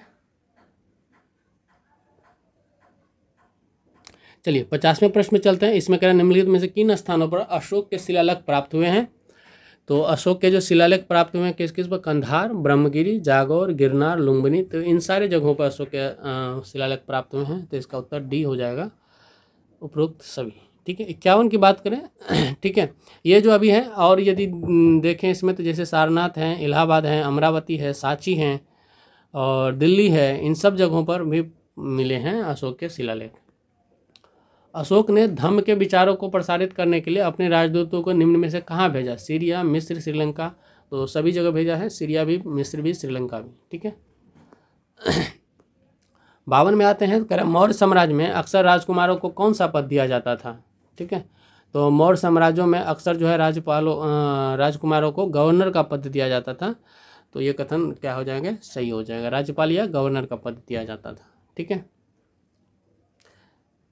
उनकी राजनीतिक प्रशिक्षण के लिए उनको यह पद दिया जाता था। 53 में कह रहा है कि भारत को उपमहाद्वीप कहा जाता है क्योंकि बड़े आकार के कारण, समुद्रों, पहाड़ियों तथा पर्वतों से बटे होने के कारण। तो दूसरा कथन तो इसमें सही है और पहला भी इसमें सही है, बड़े आकार भी हैं और समुद्र, पहाड़ी, पर्वतों हैं। तो ये दोनों ही कथन इसमें क्या है, सही है, ठीक है। 54 में कह रहा है कि महाजनपद काल में अनाज रखने के लिए किस पात्र का उपयोग किया जाता था। तो महाजनपद काल में जो है वह अनाज रखने के लिए किस पात्र का उपयोग किया जाता है, तो वो चित्रित धूसर मृदभांड था, ठीक है। तो चित्रित धूसर मृदभांड का उपयोग किया जाता था महाजनपद काल में, क्योंकि इस समय तक जो है वह जो मृदभांड होते थे उस पर जो है काफ़ी ज़्यादा चित्रकारी होने लगी थी, ठीक है। 55 की बात करते हैं, कह रहा पांडुलिपियों का क्या महत्व है। तो देखिए, पहला कह रहा है इसमें कि प्राचीन ज्ञान विज्ञान की बातों की चर्चा तो पांडुलिपियों में होती थी, सही बात है, ठीक है। राजाओं के जीवन की चर्चा की प्राप्ति, ये भी होती थी। धार्मिक मान्यताओं और व्यवहारों की चर्चा स्तंभ लेखों के अध्ययन में, तो ये सब के सब इसमें सही हैं, ठीक है। पांडुलिपियों का महत्व होता था। स्तंभ लेखों के संबंध में बताया जाता है किस स्तंभ लेख में क्या लिखा हुआ है वह पांडुलिपियों में लिख करके रखा जाता था। धार्मिक मान्यताओं और व्यवहारों की चर्चा होती थी, राजाओं के जीवन की चर्चा होती थी और प्राचीन ज्ञान विज्ञान पे भी बात होती थी। तो अब यहाँ छोटे छोटे प्रश्न हैं, इसीलिए हम तेजी से निकल रहे हैं। कह रहा है कि निम्नलिखित में से कौन कुषाणों की दूसरी राजधानी थी। तो कुषाणों को दूसरी राजधानी जो है वह मथुरा थी, ठीक है। तो कनिष्क कुषाण साम्राज्य का सबसे शक्तिशाली शासक था और उसके साम्राज्य की राजधानी फिरोजपुर या पेशावर थी, और दूसरी राजधानी लगभग 2000 वर्ष पूर्व जब मथुरा को कुषाणों की दूसरी राजधानी बनी थी, ठीक है। मथुरा एक धार्मिक केंद्र भी रहा था और यहाँ बौद्ध विहार और जैन मंदिर हैं। कृष्ण भक्ति का एक महत्वपूर्ण केंद्र भी है मथुरा, ठीक है। 57 की बात करें, कहा गया अरिकामेडु नामक प्राचीन पत्तन निम्नलिखित में से कहाँ स्थित है, ठीक है। ये पुदुचेरी में स्थित है। अरिकामेडु जो है प्राचीन पत्तन जो है कहाँ स्थित है, तो ये पुदुचेरी में स्थित है अरिकामेडु, ठीक है। 58 की बात करें जातक कथाओं का संकलन निम्नलिखित में से किसके द्वारा किया गया था। तो जातक कथाओं का जो संकलन है वह बौद्धों के अनुयायियों द्वारा किया गया था, क्योंकि वह बौद्ध धर्म से संबंधित थे। ठीक है, तो बौद्ध के अनुयायियों के द्वारा किया गया था। लगभग 600 कहानियाँ का संग्रहण जो है इसमें किया गया था, जो बहुत ही प्राचीनतम लिखी गई कहानियाँ या जातक कथाएं हैं। ठीक है, लगभग ईस्वी संवत से 300 वर्ष पूर्व की यह घटना है, और कथाओं में जो है मनोरंजन के माध्यम से नीति और धर्म को समझाने का प्रयास किया गया है। ठीक है, तो गौतम बुद्ध के द्वारा जो कहे गए हैं, जो उनके द्वारा की गई कथाएं हैं, कहानियां हैं जो चलती हैं समाजों में, उन्हीं को जातक कथाएं कहा जाती हैं, परंपरागत कथाएं कहा जाती हैं, जो उनको संकलन किया गया है। 59 की बात करते हैं, तो इसमें कह रहा है कि दक्षिण भारत तमिल क्षेत्र में बड़ी भूस्वामियों को क्या कहा जाता था। तो दक्षिण भारत के तमिल क्षेत्र में जो है बड़ी भूस्वामियों को क्या कहा जाता था, तो ये उसको वेलल्ला कहा जाता था। जो बड़े भूस्वामी होते थे उनको वेलल्ला कहा जाता था। ठीक है, तो वेलल्ला जो है वह कृषि जमींदार होता था। इसका एक विशिष्ट वर्ग होता था जिसने संगम युग के दौरान प्राचीन तमिल व्यवस्था के अभिजात वर्ग का गठन किया था। ठीक है, और दक्षिण भारत के तमिल क्षेत्र में जो है इन भूस्वामियों को वेलल्ला या साधारण हलवाओं को उनगार, ठीक है, उनवार, जो साधारण हलवार होते थे, हलवाहा होते थे, जो हल जोतने वाले होते थे, उनको उनवार कहा जाता था। और जिनके पास भूमिहीन मजदूर है जो, उनको दास या कड़ेसियार कहा जाता था। दास, कड़ेसियार, ठीक है, या अधिमई कहा जाता था। अधिमई, कड़ेसियार। ठीक है, चलिए अफगानिस्तान से प्राप्त होने वाले 60वें प्रश्न पे बात करते हैं हम लोग। अफगानिस्तान से प्राप्त होने वाले कंधार अभिलेख के संबंध में निम्नलिखित कथनों पर विचार कीजिए। पहला कह रहा है कि अभिलेख पर अशोक शासक का आदेश उत्कीर्ण करवाया गया है, और दूसरा कह रहा है कि इसे ब्राह्मी लिपि में लिखा गया है। ठीक है, तो अफगानिस्तान से जो अभिलेख मिला है उसको कह रहा है कि अशोक शासक का आदेश जो है उसमें उत्कीर्ण करवाया गया है, तो ये कथन सही है। ठीक है, लगभग 2250 वर्ष पुराना यह जो है अभिलेख वर्तमान अफगानिस्तान के कंधार से प्राप्त हुआ है, और इस अभिलेख का में जो है अशोक नामक शासक के आदेश पर उत्कीर्ण करवाया गया था, ऐसा इसमें पता चला है। ठीक है, जब हम कुछ लिखते हैं तब हम किसी लिपि का प्रयोग करते हैं, तो लिपियां जो है वह अक्षरों अथवा संकेतों से बनी होती है, और जब हम कुछ बोलते हैं, पढ़ते हैं, तब हम एक भाषा का प्रयोग करते हैं।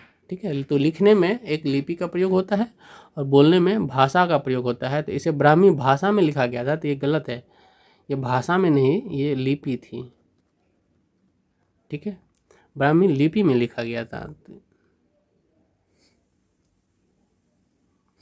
ठीक है, तो इस अभिलेख में जो इस क्षेत्र में प्रयुक्त किया वो यूनानी और अरेमाइक लिपि प्रयोग हुए थे उसे हुए। ठीक है, तो ब्राह्मी एक लिपि है, भाषा नहीं है, और यह अभिलेख जो लिखा गया था वह किस में, तो यूनानी एवं अरेमाइक में लिखा गया था। ठीक है, ये इस लिपि में लिखा गया था।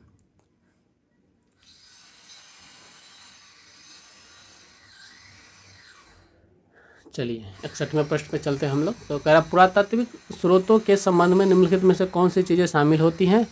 तो पुरातात्विक स्रोत जो है वो अभिलेख हो सकती है, बिल्कुल हो सकती है। मिट्टी के बर्तन हो सकते हैं, बिल्कुल हो सकते हैं। जानवरों की हड्डियाँ हो सकती है, बिल्कुल हो सकती है। धातु हो सकते हैं, बिल्कुल हो सकते हैं। औजार हो सकते हैं और आभूषण भी हो सकते हैं। तो सभी के सभी इसमें हो सकते हैं। ठीक है, तो इसका सी में 1 2 3 4 5 और 6 हैं। ठीक है, 62 की बात करते हैं हम लोग। तो 62 में कह रहा प्रारंभिक मानव आखेटक खाद्य संग्राहक के रूप में एक जगह से दूसरी जगह क्यों घूमते थे। ठीक है, तो पहला कथन कह रहा है कि इसमें एक जगह रुकने के कारण वहाँ के फल, वृक्ष तथा जानवरों को खाकर समाप्त कर देते थे। तो ये कथन सही है, क्योंकि आखेटक थे वो, तो एक जगह रुकते करके उन सारे जगहों के सब चीज़ों को समाप्त कर देते थे, तो वह दूसरी जगह के लिए फिर निकल पड़ते थे। ठीक है, शिकार ढूंढने के कारण, तो शिकार उनको ढूंढना पड़ता था। मवेशी का चारा भी ढूंढना पड़ता था मौसम बदलने के कारण। तो ये सब कथन इसमें भी सही है। ठीक है, किसी मौसम में एडजस्ट नहीं कर पाए तो वहाँ से चल दिए। ठीक है, मवेशी का चारा ख़त्म हो गया, जो पालतू जानवर थे, तो वहाँ से चल देते थे वो। आहत सिक्के के संदर्भ में निम्नलिखित पर विचार कीजिए। कह रहा है आहत सिक्के सामान्यतः आयताकार, वर्गाकार या गोलाकार होते थे। ठीक है, आहत सिक्के को सामान्यतः ढालकर बनाया जाता था और यह सिक्के चांदी या तांबे के विभिन्न आकृतियों के होते थे। ठीक है, तो आहत सिक्के जो है को क्यों बोला जाता है आहत सिक्के, क्योंकि उसको ढालकर बनाया जाता था। तो दूसरा कथन सही है, यह सिक्के चांदी या तांबे के विभिन्न आकृतियों के होते थे, सोने के भी होते थे, तो ये गलत है। आहत सिक्के सामान्यतः आयताकार, वर्गाकार या गोलाकार होते थे। एक मिनट। ठीक है, तो ये दूसरा कथन सही है क्योंकि ढालकर उसको बनाया जाता था, ये गलत है। ठीक है, तो कौन से गलत कथन चुनना है, तो केवल 2 इसमें गलत है, तो पहला और तीसरा सही है इसमें, और ये गलत है, तो हमारा उत्तर हो जाएगा 2। ठीक है, आहत सिक्के को समानता जो है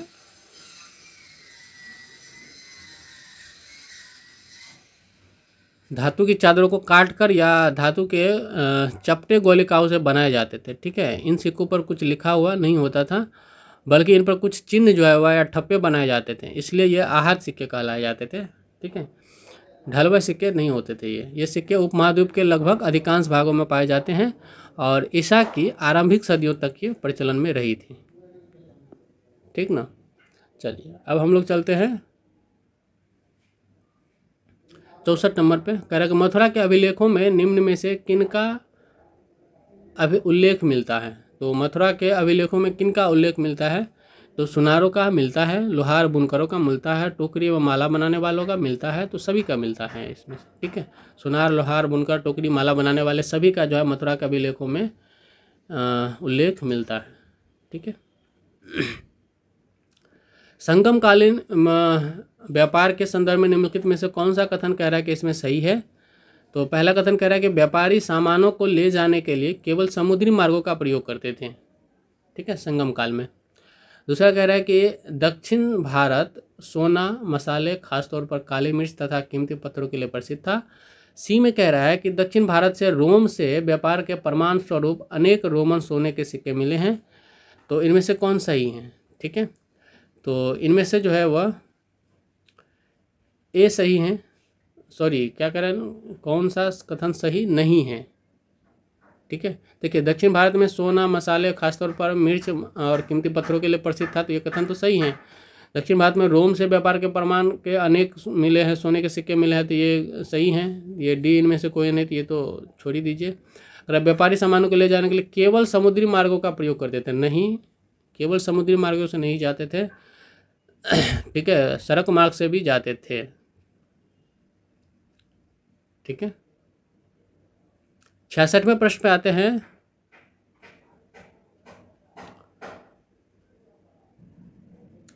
तो आते हैं 66 नंबर पे। कह रहा बुद्ध की जीवनी, बुद्ध चरित्र के रचनाकार निम्नलिखित में से कौन थे। तो ये अश्वघोष थे। ठीक है, तो बुद्ध की जीवनी के रचनाकार अश्वघोष थे और ये जो है कुषाणों के जो प्रसिद्ध शासक थे कनिष्क, उनके दरबार में क्या थे, विद्वान थे। उनके दरबार में, ये कनिष्क के दरबार में विद्वान थे और भी विद्वान थे कनिष्क के दरबार में, जैसे पार्श और वसुमित्र, ये सब भी दार्शनिक थे उसके दरबार में।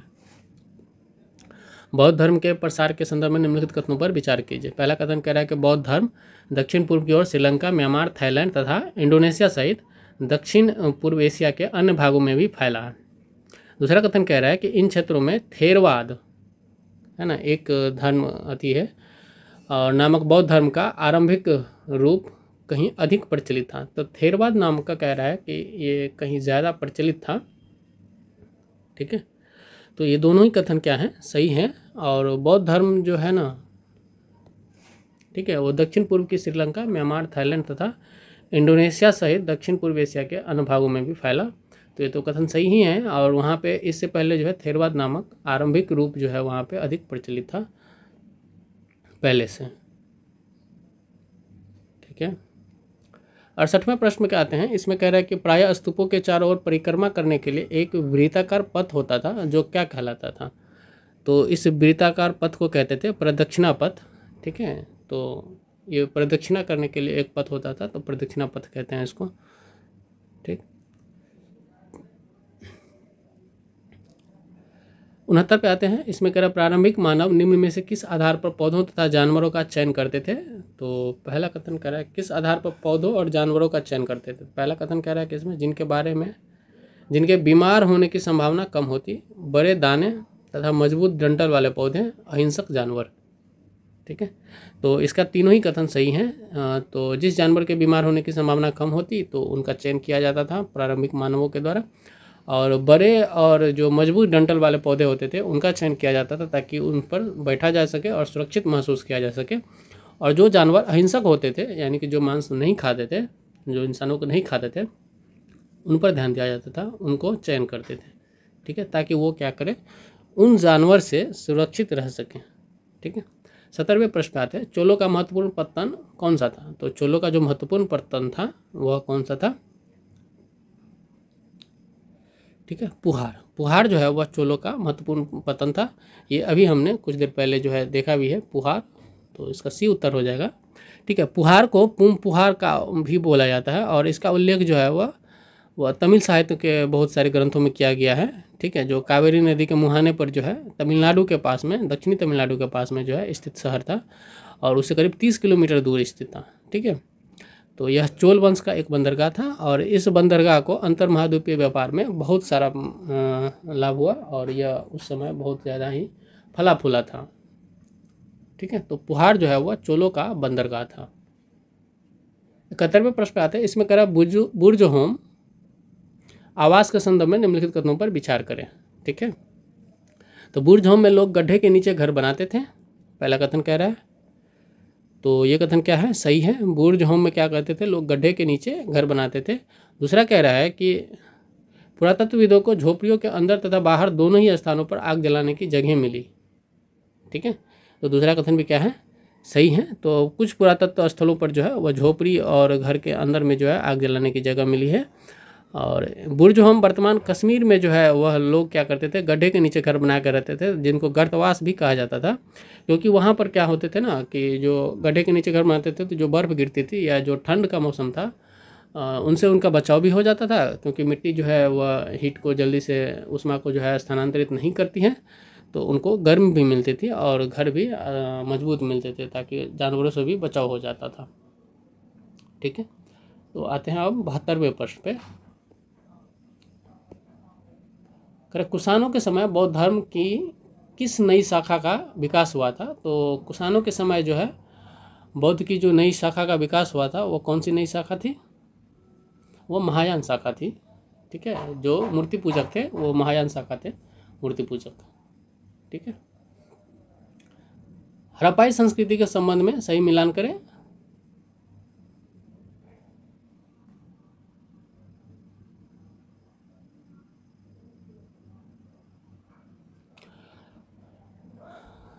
ठीक है, तो हड़प्पाई संस्कृति के संबंध में कह रहे हैं सही मिलान करें। तो वस्तु दिया है तांबा, टीन, सोना, आयात स्थान कह रहा है अफगानिस्तान, राजस्थान और कर्नाटक।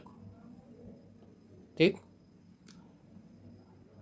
तो तांबा कह रहा है कहाँ पे था, तो तांबा जो था वह राजस्थान में था। तांबा जो आयात होता था वह राजस्थान से होता था, तो इसका बी हो जाएगा। टीन जो है वह कहाँ से होता था, तो टीन जो है वह अफगानिस्तान से होता था, तो इसका हो जाएगा ए, और सोना हो जाएगा कर्नाटक, सी। ठीक है, तो बी ए सी, तो बी ए सी। ठीक है, उत्तर हो जाएगा बी। 74 में कह रहा है कि हड़प्पाई सभ्यता के अंत के संबंध में इतिहासकारों ने क्या क्या अटकलें लगाई। तो इसमें पहला कथन है कि नदियों के सूखने के कारण, ठीक है, जंगलों के विनाश होने के कारण, चारागाह जो है मैदान समाप्त होने के कारण, बाढ़ के कारण, शासकों के नियंत्रण समाप्त होने का। तो इसका अभी बहुत सारी अटकलें लगाई जा रही है, क्योंकि अभी तक जो है इसका कोई ऐसा साक्ष्य नहीं है जिस पर जो है संपूर्ण विश्वास मत होकर के जो है एक मत होकर के निर्णय दिया जा सके। तो इसीलिए इन सभी अटकलें लगाई जा रही है और ये सभी की सभी अटकलें क्या है, सही हैं। ठीक है, पांचों के पांचों अटकलें सही हैं, तो इसका उत्तर हो जाएगा डी। हड़प्पा सभ्यता के अंत होने का क्या परिणाम हुआ। तो हड़प्पा सभ्यता के अंत होने का परिणाम में पहला कह रहा है कि हड़प्पाई नगरों को लोगों ने छोड़ दिया, मुहरों, लेखन तथा बाटों का प्रयोग बंद हो गया, कच्चे माल का आयात घट गया, नए वस्तुओं की संख्या बढ़ गई। ठीक है, तो इसका जो उत्तर हो जाएगा,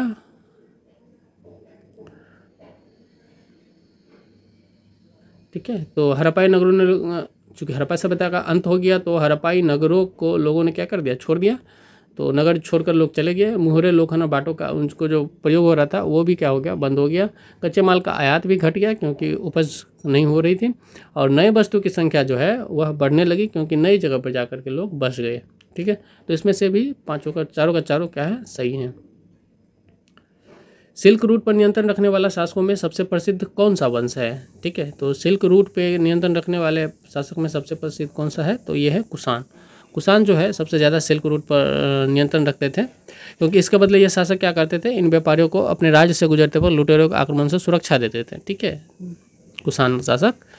ठीक है, तो सिल्क रूट पर नियंत्रण रखने वाले शासकों में सबसे प्रसिद्ध कुषाण था और करीब 2000 साल पहले जो है मध्य एशिया और पश्चिमोत्तर भारत पर इनका शासन हुआ करता था।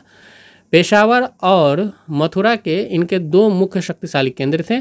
तक्षशिला भी इनके ही राज्य का हिस्सा था। ठीक है, इनके शासनकाल में ही सिल्क रूट की एक शाखा मध्य एशिया से होकर के सिंधु नदी के मुहाने तक जो है वह पत्तन तक, जो उसके सिंधु नदी के मुहाने पर जो पत्तन था वहाँ तक जाती थी।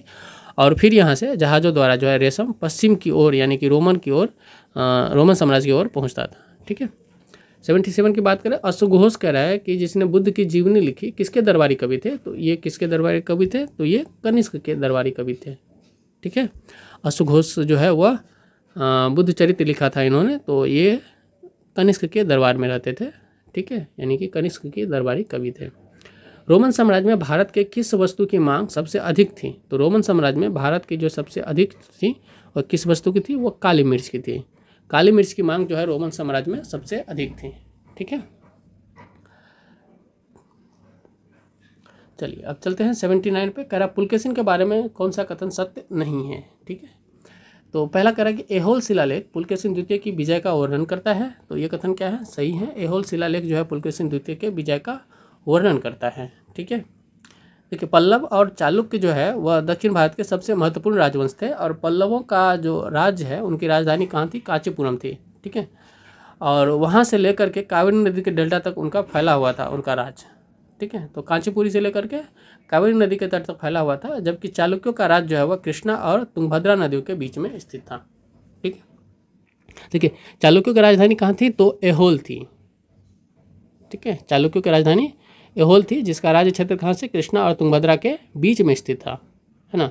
यह एक जो है वह प्रमुख व्यापारिक केंद्र था। चालुक्यों की राजधानी एहोल मतलब एक प्रमुख व्यापारिक केंद्र था और धीरे धीरे यह धार्मिक केंद्र भी बन गया जहाँ पर कई सारे मंदिरों का निर्माण किया गया। ठीक है, पल्लव और चालुक्य जो है एक दूसरे को जो सीमा होती थी राज्यों की उनको काफ़ी ज़्यादा अतिक्रमण करा करते थे और एक दूसरे की राजधानियों को हमेशा निशाना बनाते थे क्योंकि वो दोनों ही शहर क्या थे? समृद्ध थे। ठीक है, तो पुलकेशिन द्वितीय के समय में जो है सबसे प्रसिद्ध चालुक्य राजा हुआ करते थे पुलकेशिन द्वितीय, और उनके बारे में उनके दरबारी कवि यानी कि रवि कीर्ति द्वारा जो है एक प्रशस्ति लिखा गया यानी कि प्रशंसा पत्र लिखा गया और उन्होंने बताया कि उनके पूर्व जो भी खास तौर से पिछली 4 पीढ़ियों के बारे में वो बताया है और पुलकेशिन द्वितीय को अपने चाचा से यह राज्य जो है उनको मिला हुआ था, ऐसा उन्होंने बोला है। ठीक है, कौन? तो रवि कीर्ति। ठीक है, तो गुप्तों के खिलाफ लड़ाई में उनकी मृत्यु हो गई, तो ये कथन तो गलत है। नरसिंह वर्मन ने पुलकेशिन द्वितीय को हराया और वातापी पर कब्जा कर लिया, तो ये भी सही है। और पुलकेशिन द्वितीय ने 610 से 642 ईस्वी तक शासन किया, ये भी सही है। तो ये कथन क्या है? गलत है। हमारा उत्तर भी हो जाएगा बी ही, क्योंकि हमको जो सत्य नहीं है वही चुनना है। ठीक है, 80वें प्रश्न पे आते हैं। कह रहा है कि जाट राज्य अपने किस राजा के समय शक्तिशाली रूप से उभरा? तो जाट राजा जो है राज्य जो है किस राजा के समय शक्तिशाली रूप से उभरा था? तो सूरजमल के समय में जो है सबसे ज़्यादा शक्तिशाली था और ये 18वीं सदी की बात है जब जाट सरदार जो है बदन सिंह का पुत्र सूरजमल जो है वह महान जो है वह नेता बना और महान सेनानी भी बना। ठीक है, और राजनयिक और अपने समय के महान राजनेता बना था वो। ठीक है, इनके समय में जाट जो है एक ताकतवर क्षेत्र के रूप में उभरा था सूरजमल जाट। 81वें प्रश्न की बात करें तो कह रहे हैं 16वें वित्त आयोग के चेयरमैन नियुक्त किए गए। ठीक है, अब यहाँ से जो है हमारा प्रश्न जो है 80 तक था वह इतिहास से संबंधित था। अब यहाँ से प्रश्न जो है वह करंट अफेयर्स से संबंधित है, तो इसके बारे में हम लोग देखेंगे। 20 प्रश्न यहाँ से करंट अफेयर्स का है, तो आइए शुरू करते हैं। और उससे पहले उम्मीद है कि अब तक यदि आपने चैनल को सब्सक्राइब नहीं किया तो कृपया चैनल को सब्सक्राइब जरूर कर लीजिए, ठीक है।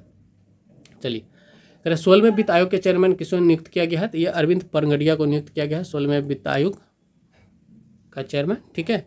और नीति आयोग के ये पूर्व उपाध्यक्ष थे, इससे पहले जो है पूर्व उपाध्यक्ष रहे अरविंद परगड़िया, ठीक है। और सचिव के रूप में जो नामित किया गया हुआ ऋत्विक रंजना पांडे को नामित किया गया। आयोग का कार्यकाल कब से, तो 26/27 से लेकर के 30/31 तक रहेगा, ठीक है। केंद्र सरकार ने पिछले कुछ वर्षों में राष्ट्र विरोधी गतिविधियों में संलिप्त होने के कारण किन संगठन पर प्रतिबंध लगाया है, ठीक है। तो कौन कौन से संगठन पर कह रहा है प्रतिबंध लगाया गया है, पहला दिया है Tehreek Hurriyat, Jamaat Islami, Jammu Kashmir liberation front, Jammu Kashmir democratic front, ठीक है। तो इसमें जो है वह चारों पर जो है लगाया गया है, तहरीक हुर्रियत पर भी लगाया गया है, जमात इस्लामी पर भी लगाया गया है, जम्मू कश्मीर लिबरेशन फ्रंट पर भी और जम्मू कश्मीर डेमोक्रेटिक फ्रंट पर भी, चारों पर जो है प्रतिबंध लगाया गया है, ठीक है। 83 में कह रहा है कि किसे हाल में MS स्वामीनाथन पुरस्कार से सम्मानित किया गया है, तो MS स्वामीनाथन पुरस्कार से जो सम्मानित किया गया है वह किसे सम्मानित किया गया है, ये BR कंबोज को सम्मानित किया गया है, ठीक है। किसको, तो BR कंबोज को BR कंबोज को सम्मानित किया गया है, ठीक है। 84वें प्रश्न पे आते हैं, तो कह रहा है कि संयुक्त राष्ट्र अभ्यास डेजर्ट साइक्लोन भारत और किस देश के बीच आयोजित किया जाता है, तो संयुक्त सैन्य अभ्यास डेजर्ट साइक्लोन जो है वह किसके बीच आयोजित किया जाता है, तो ये किया जाता है संयुक्त अरब अमीरात और भारत के बीच, ठीक है। डेजर्ट साइक्लोन जो है भारत और UAE के बीच जो है किया जाता है, UAE संयुक्त अरब अमीरात के बीच किया जाता है, ठीक है। 85वें प्रश्न में आते हैं, अच्छा इसको जनवरी में ही किया गया था जो 15 जनवरी को समाप्त हो चुका है, ठीक है ना।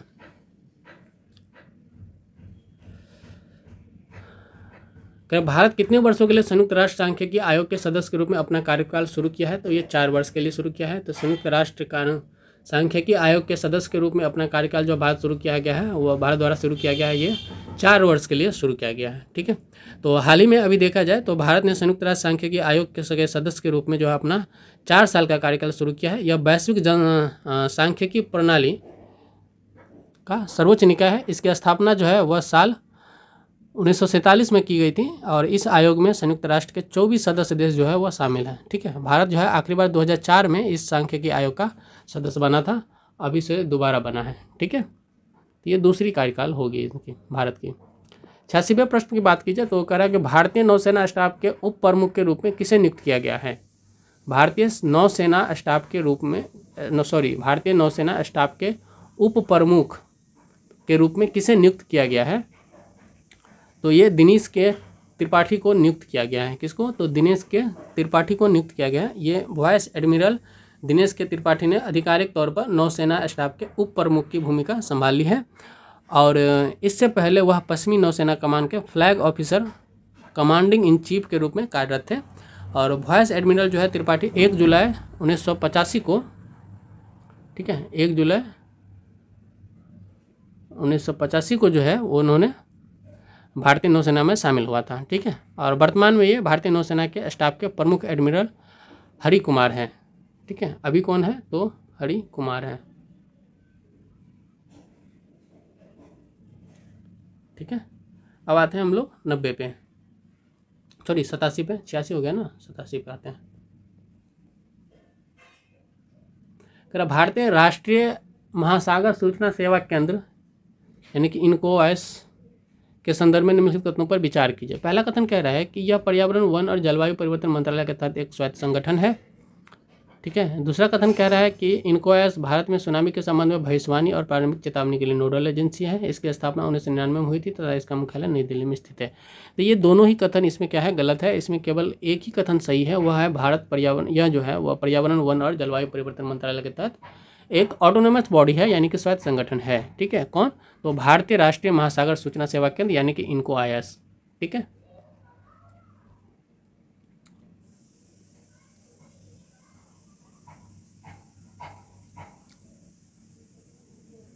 यदि इनकोआईएस के बारे में हम लोग और बात करें तो इसकी जो स्थापना है वह 1999 में हुई थी और इसका मुख्यालय जो है वह कहाँ है, तो दिल्ली में नहीं है, हैदराबाद में है, इसीलिए ये गलत है, ठीक है। इनका मुख्यालय कहाँ है? तो ये हैदराबाद में इनका मुख्यालय है, ठीक है। और इनक्वायर्स का कार्य जो है वह समाज, उद्योग और सरकारी एजेंसियों और वैज्ञानिक समुदाय के समुद्री जानकारी और सलाहकार सेवाएं प्रदान करना है, न कि मौसम संबंधी भविष्यवाणी या चेतावनी जारी करना है, ठीक है। 88 पे आते हैं। अब कह रहा है एक्सरे पोलारीमीटर सैटेलाइट यानी कि एक्सपोसैट के संबंध में निम्नलिखित कथनों पर विचार कीजिए। पहला कथन कह रहा है कि एक्सपोसैट नासा द्वारा लॉन्च किया गया दुनिया का दूसरा उपग्रह आधारित मिशन है जो एक्सरे पोलारीमीटर मैप के लिए समर्पित है, ठीक है। यह मिशन 5 साल की अवधि के लिए पृथ्वी की निचली कक्षा में संचालित होगा। तो यह दूसरा कथन क्या है, इसमें सही है। पहला कथन जो है यह गलत है, ठीक है। देखिए, इसरो ने जो है वह 1 जनवरी को अपने पहले पोलारीमीटर जो है यानी कि एक्सपोसैट को जो है 21 मिनट की उड़ान के बाद जो है 650 किलोमीटर की सटीक गोलाकार कक्षा में स्थापित करके सफलता हासिल की थी, ठीक है। और यह दुनिया का दूसरा ऐसा उपग्रह आधारित मिशन है जो एक्सरे पोलारीमीटर मापन के लिए समर्पित है, ठीक है। इसे भारतीय अंतरिक्ष अनुसंधान संगठन यानी कि इसरो द्वारा लॉन्च किया गया और यह पृथ्वी की निचली कक्षा में संचालित होगा और इसका जो जीवन काल है वह 5 वर्ष अनुमानित है, ठीक है। तो नासा द्वारा कह रहा है, ये गलत है, नासा द्वारा नहीं, ये इसरो द्वारा लॉन्च किया गया मिशन है, ठीक है। आते हैं हम लोग 89 पे। 89 में कह रहा है कि विचार करना है। तो पहला कह रहा है कि वस्तुओं और सेवाओं में व्यापार, निवेश, बौद्धिक संपदा अधिकार, ई कॉमर्स का उपयोग में कितने क्षेत्रीय व्यापक आर्थिक भागीदारी यानी कि RCEP समझौते में शामिल हैं। तो RCEP समझौते में ये सभी के सभी 4 शामिल हैं यानी कि वस्तुओं और सेवाओं में व्यापार, निवेश, बौद्धिक संपदा अधिकार और ई कॉमर्स, ये चारों के चारों जो है शामिल हैं, ठीक है। तो RCEP समझौता जो है वह 4 क्षेत्र में शामिल है और इन चारों में RCEP में प्रतिस्पर्धा नीति, सरकारी खरीद और श्रम एवं पर्यावरण सुरक्षा जैसे अन्य क्षेत्र भी इसमें शामिल किया गया है। कुल मिलाकर समझौते का उद्देश्य क्या है? तो व्यापार और निवेश प्रवाह को बढ़ावा देना है और एशिया प्रशांत क्षेत्र में सतत विकास को बढ़ावा देने के लक्ष्य के साथ यह सहयोग किया गया है, समझौता किया गया है, ठीक है। 90 पे आते हैं। कह रहा है कि भारत और म्यांमार के बीच मुक्त आवाजाही व्यवस्था, ठीक है, FMR फ्री मोबिलिटी के संबंध में निम्नलिखित कथनों पर विचार करना है, ठीक है। तो पहला कथन कह रहा है कि यह दोनों देशों के बीच व्यापार और निवेश को सुविधाजनक बनाने वाला एक समझौता है। दूसरा कथन कह रहा है कि भारतीय नागरिकों को म्यांमार में FMR लाभ प्राप्त करने के लिए म्यांमार सीमा चौकी पर आगमन पर वीज़ा की आवश्यकता थी। भारत म्यांमार सीमा की पूरी लंबाई FMR के अंतर्गत आती है, ठीक है। कितने कथन सही है? तो इनमें से कोई भी कथन सही नहीं है, ठीक है। तीनों के तीनों कथन ही गलत हैं। यदि हम लोग FMR की बात करें, ठीक है, तो FMR का लक्ष्य जो है वह सीमा संबंधों में सुधार करना है और जितने भी समुदाय है सीमा से संबंधित उनको जोड़ना है, ठीक है। लेकिन यह मुख्य रूप से व्यापार या निवेश को सुविधाजनक बनाने पर केंद्रित नहीं था, ठीक है ना। तो इसमें कह रहा है कि यह व्यापार और निवेश को सुविधाजनक बनाने का समझौता है, तो ये गलत है। ये सीमा समझौता है और इसमें सीमाओं पर आवाजाही बढ़ाना और क्या है, उनको सुविधा प्रदान करना है, समुदायों को जोड़ना है, संबंधों में सुधार करना है, ठीक है,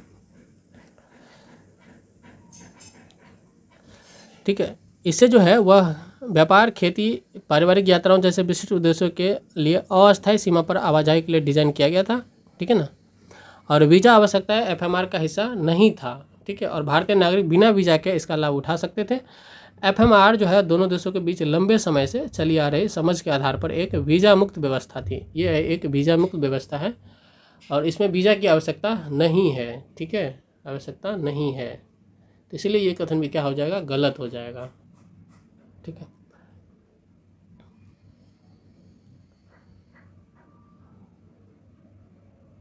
FMR जो है सीमा के अंतर्गत जो है वह दोनों ओर से 16 किलोमीटर तक जो है ना वह आवाजाही सीमित था, ठीक है, न कि संपूर्ण सीमा पर, ठीक है। जैसे संपूर्ण सीमा जो है 1643 किलोमीटर तक का है, तो वहाँ पर नहीं, सिर्फ और सिर्फ कितना, तो 16 किलोमीटर तक की आवाजाही भीतर जो है दोनों तरफ से वह आवाजाही फ्री था, जो उतने रेंज के लोग होंगे उन्हीं के लिए, ठीक है।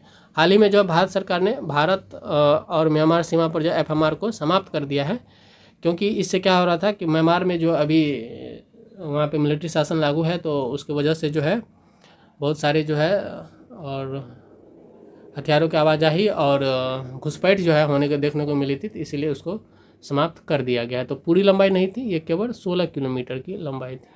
ठीक है, तो ये 90 हो गया। अब आते हैं 91 पे। वस्तु एवं सेवा कर के संबंध में निम्नलिखित कथनों पर विचार करना है। तो कह रहा है जीएसटी में निर्यातक अपने उत्पादन पर कर का भुगतान नहीं करते हैं। निर्यातक कह रहा है कि अपने उत्पादन पर कर का भुगतान नहीं करते हैं, लेकिन वे अपने इनपुट पर भुगतान किए गए कर पर रिफंड के हकदार हैं। ठीक है, तो जीएसटी में कह रहा है निर्यातक जो है अपने उत्पादन पर कर का भुगतान नहीं करते हैं, लेकिन वे अपने इनपुट पर भुगतान किए गए कर पर रिफंड के हकदार हैं। दूसरा कह रहा है जीएसटी केवल वस्तुओं के निर्माण और बिक्री पर लगाया जाता है। जीएसटी व्यवस्था के तहत वस्तुओं और सेवाओं को केवल उनके आवश्यक प्रकृति के आधार पर विभिन्न कर स्लैबों में वर्गीकृत किया जाता है। ठीक है, तो कह रहा है कि इसमें से कौन कौन कथन सही हैं। तो इसमें से केवल पहला कथन सही है, क्योंकि इसमें कह रहा है कि जीएसटी में जो है निर्यातक उत्पादन पर कर का भुगतान नहीं करता है। ठीक है, लेकिन वे अपने इनपुट पर भुगतान किए गए कर पर रिफंड के हकदार होते हैं। ठीक है, इसको हम लोग क्या कहते हैं, जो इनपुट टैक्स क्रेडिट होता है, आईटीसी, इनपुट टैक्स क्रेडिट, तो उनका वो लाभ ले सकते हैं। तो ये कथन क्या है, सही है। ठीक है, दूसरा कथन क्या है, जीएसटी केवल वस्तुओं के निर्माण और बिक्री पर लगाया जाता है। नहीं, ये गलत है। वस्तुओं के निर्माण और बिक्री, सेवा पर भी जीएसटी लगाया जाता है। ठीक है, जीएसटी व्यवस्था के तहत वस्तुओं और सेवाओं को केवल उनकी आवश्यक प्रकृति के आधार पर विभिन्न कर स्लैब में वर्गीकृत किया गया। नहीं, ऐसा नहीं है। ठीक है, जीएसटी जो है वह प्रकृति के तहत उनके कर वर्गीकरण का एक कारक है, लेकिन यह जो है एकमात्र निर्धारक नहीं है। ठीक है, इसीलिए ये कथन भी गलत हो जाएगा। आर्थिक उपयोगिता, विलासिता बनाम आवश्यकता, राजस्व क्षमता और सामाजिक विचार जैसे अन्य कारक भी के तहत भी क्या करते हैं, लगाए गए हैं। ठीक है, चलिए 92 की बात करते हैं। तो कह रहे निम्नलिखित में से कौन सा अंतर्राष्ट्रीय संगठन वैश्विक परमाणु आदेश यानी कि एनजीओ का अनुपालन सुनिश्चित करने के लिए परमाणु गतिविधियों की निगरानी और विनियमन में महत्वपूर्ण भूमिका निभाता है। ठीक है, तो ये अंतर्राष्ट्रीय परमाणु ऊर्जा एजेंसी है। ठीक है, अंतर्राष्ट्रीय परमाणु ऊर्जा एजेंसी है, यही जो है महत्वपूर्ण भूमिका निभाता है। ठीक है, तो अंतर्राष्ट्रीय संगठन वैश्विक परमाणु आदेश जो है एनजीओ का अनुपालन सुनिश्चित करने के लिए परमाणु गतिविधियों की निगरानी और विनियमन का जो महत्वपूर्ण भूमिका निभाता है, वो कौन निभाता है, आइए ये निभाता है, यानी कि अंतर्राष्ट्रीय परमाणु ऊर्जा एजेंसी निभाता है। ठीक है, उनके तहत जो है जिम्मेदारी दी गई है उन्हीं को। 93 की बात करते हैं। इसमें कह रहा है निम्नलिखित कथनों पर विचार कीजिए। तो पहला कथन कह रहा है कि मालदीव में इंडिया आउट अभियान का प्राथमिक उद्देश्य भारत से जुड़ी सभी बुनियादी ढांचा परियोजनाओं को रोकना है। ठीक है, तो कह रहा है कि मालदीव में इंडिया आउट अभियान का जो प्राथमिक उद्देश्य है वो भारत से जुड़ी सभी बुनियादी ढांचा परियोजनाओं को रोकना है। दूसरा कह रहा है कि मालदीव भारत को आतंकवाद, मादक पदार्थों की तस्करी, नशीले पदार्थों और विभिन्न समुद्री अपराधों के खिलाफ अपनी प्राथमिक रक्षा पंक्ति मानता है। भारत मालदीव में ग्रेटर माले कनेक्टिविटी प्रोजेक्ट विकसित कर रहा है। भारत जो है कह रहा है मालदीव में ग्रेटर माले प्रोजेक्ट जो है वो विकसित कर रहा है। तो ये कथन सही है, तीसरा। ठीक है, वो कह रहा है कि भारत मालदीव को आतंकवाद, मादक पदार्थों की तस्करी, नशीले पदार्थों और विभिन्न समुद्री अपराधों के खिलाफ अपनी प्राथमिक रक्षा पंक्ति मांगता है। तो ये कथन भी सही है, दूसरा कथन भी सही है। ठीक है, पहला कथन कह रहा है कि मालदीव में इंडिया आउट अभियान का प्राथमिक उद्देश्य जो है भारत से जुड़ी सभी बुनियादी ढांचा परियोजनाओं को रोकना है। नहीं, ये गलत है। ठीक है, वह सैनिकों से संबंधित था, क्योंकि चाहते थे कि मालदीव चाहता था कि सैनिक क्या है कि मालदीव की धरती से चले जाएं। ठीक है, तो केवल 2 और 3 जो है उसमें सही होंगे। ठीक है, चलिए छोटे छोटे प्रश्न है। 94 में कह रहा है कि भारत और पाकिस्तान ने हाल ही में एक द्विपक्षीय समझौता किया। ठीक है, तो परमाणु के तहत उसके तहत जो है वह परमाणु प्रतिष्ठानों की सूची का आदान प्रदान किया है। और इस संधि के संदर्भ में निम्नलिखित में से कौन से कथन कह रहा है सही है। तो पहला कथन इसमें क्या कह रहा है, पहला कथन कह रहा है कि परमाणु प्रतिष्ठानों की सूचियों के आदान प्रदान का प्राथमिक उद्देश्य परमाणु हथियार परीक्षण को सुविधाजनक बनाना था। ये गलत कथन है ना। परमाणु प्रतिष्ठानों की सूचियों के आदान प्रदान का प्राथमिक उद्देश्य क्या था कि परमाणु हथियार परीक्षण को सुविधाजनक बनाना, नहीं, ऐसा नहीं था। ये देखना चाहते थे कि किसके पास कितने परमाणु हथियार हैं और इन बीच में क्या किसी ने परमाणु हथियारों में वृद्धि की है या नहीं की है। ठीक है, तो इस समझौते का उद्देश्य दोनों देशों के बीच आर्थिक व्यापार को बढ़ावा देना था। नहीं, ये भी गलत है, नहीं था। ठीक है, तो ना तो एक ना ही दो इसका उत्तर होगा। ठीक है,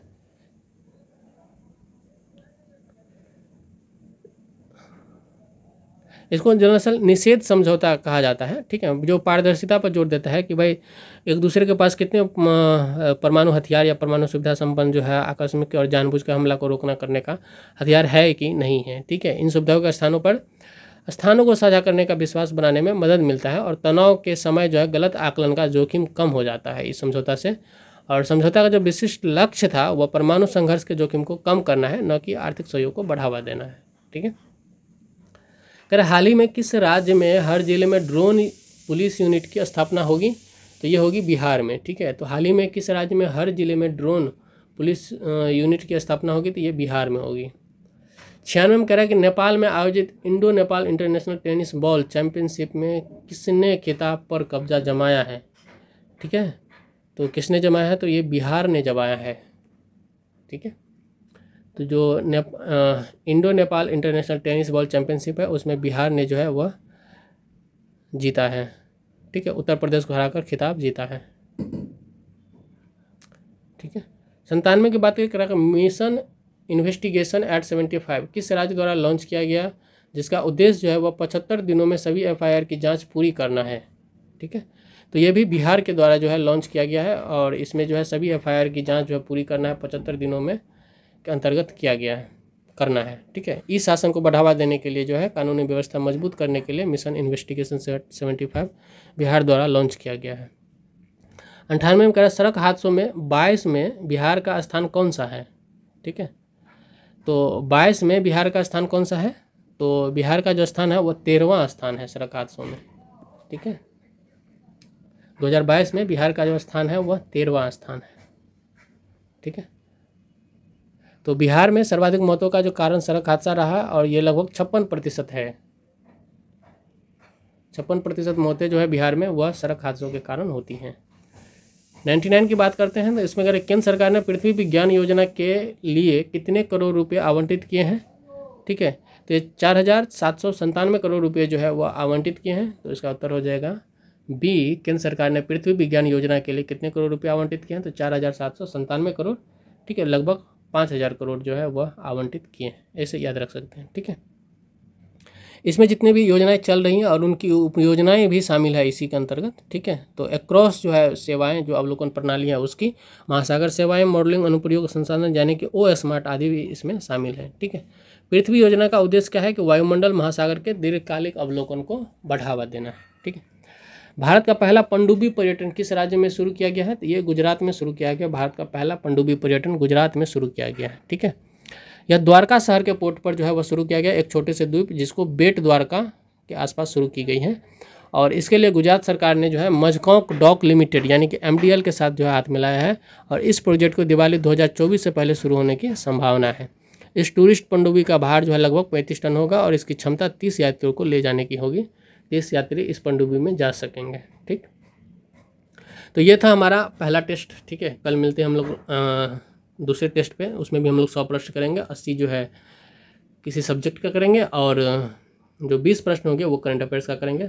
तब तक के लिए नमस्कार, देखते रहिए और बने रहिए हमारे साथ। आपको पूरा संपूर्ण NCERT का रिवीजन और करंट अफेयर्स का रिवीजन जो है आपको BPSC TRE टीचर के लिए और BPSC 17th के लिए, ठीक है, BPSC के सारे एग्जामों के देखते हुए, और इसमें SSC का भी जो है आपको बहुत सारे प्रश्न मिल जाएंगे। ठीक है ना, तो इसीलिए बने रहिए। ये कम्प्लीटली जो NCERT का पर आधारित टेस्ट है, तो इसका हम लोग रिवीजन करेंगे। आप सुनते रहिए, ठीक है, देखते रहिए और तब तक के लिए धन्यवाद। मिलते हैं अगले वीडियो में। नमस्कार।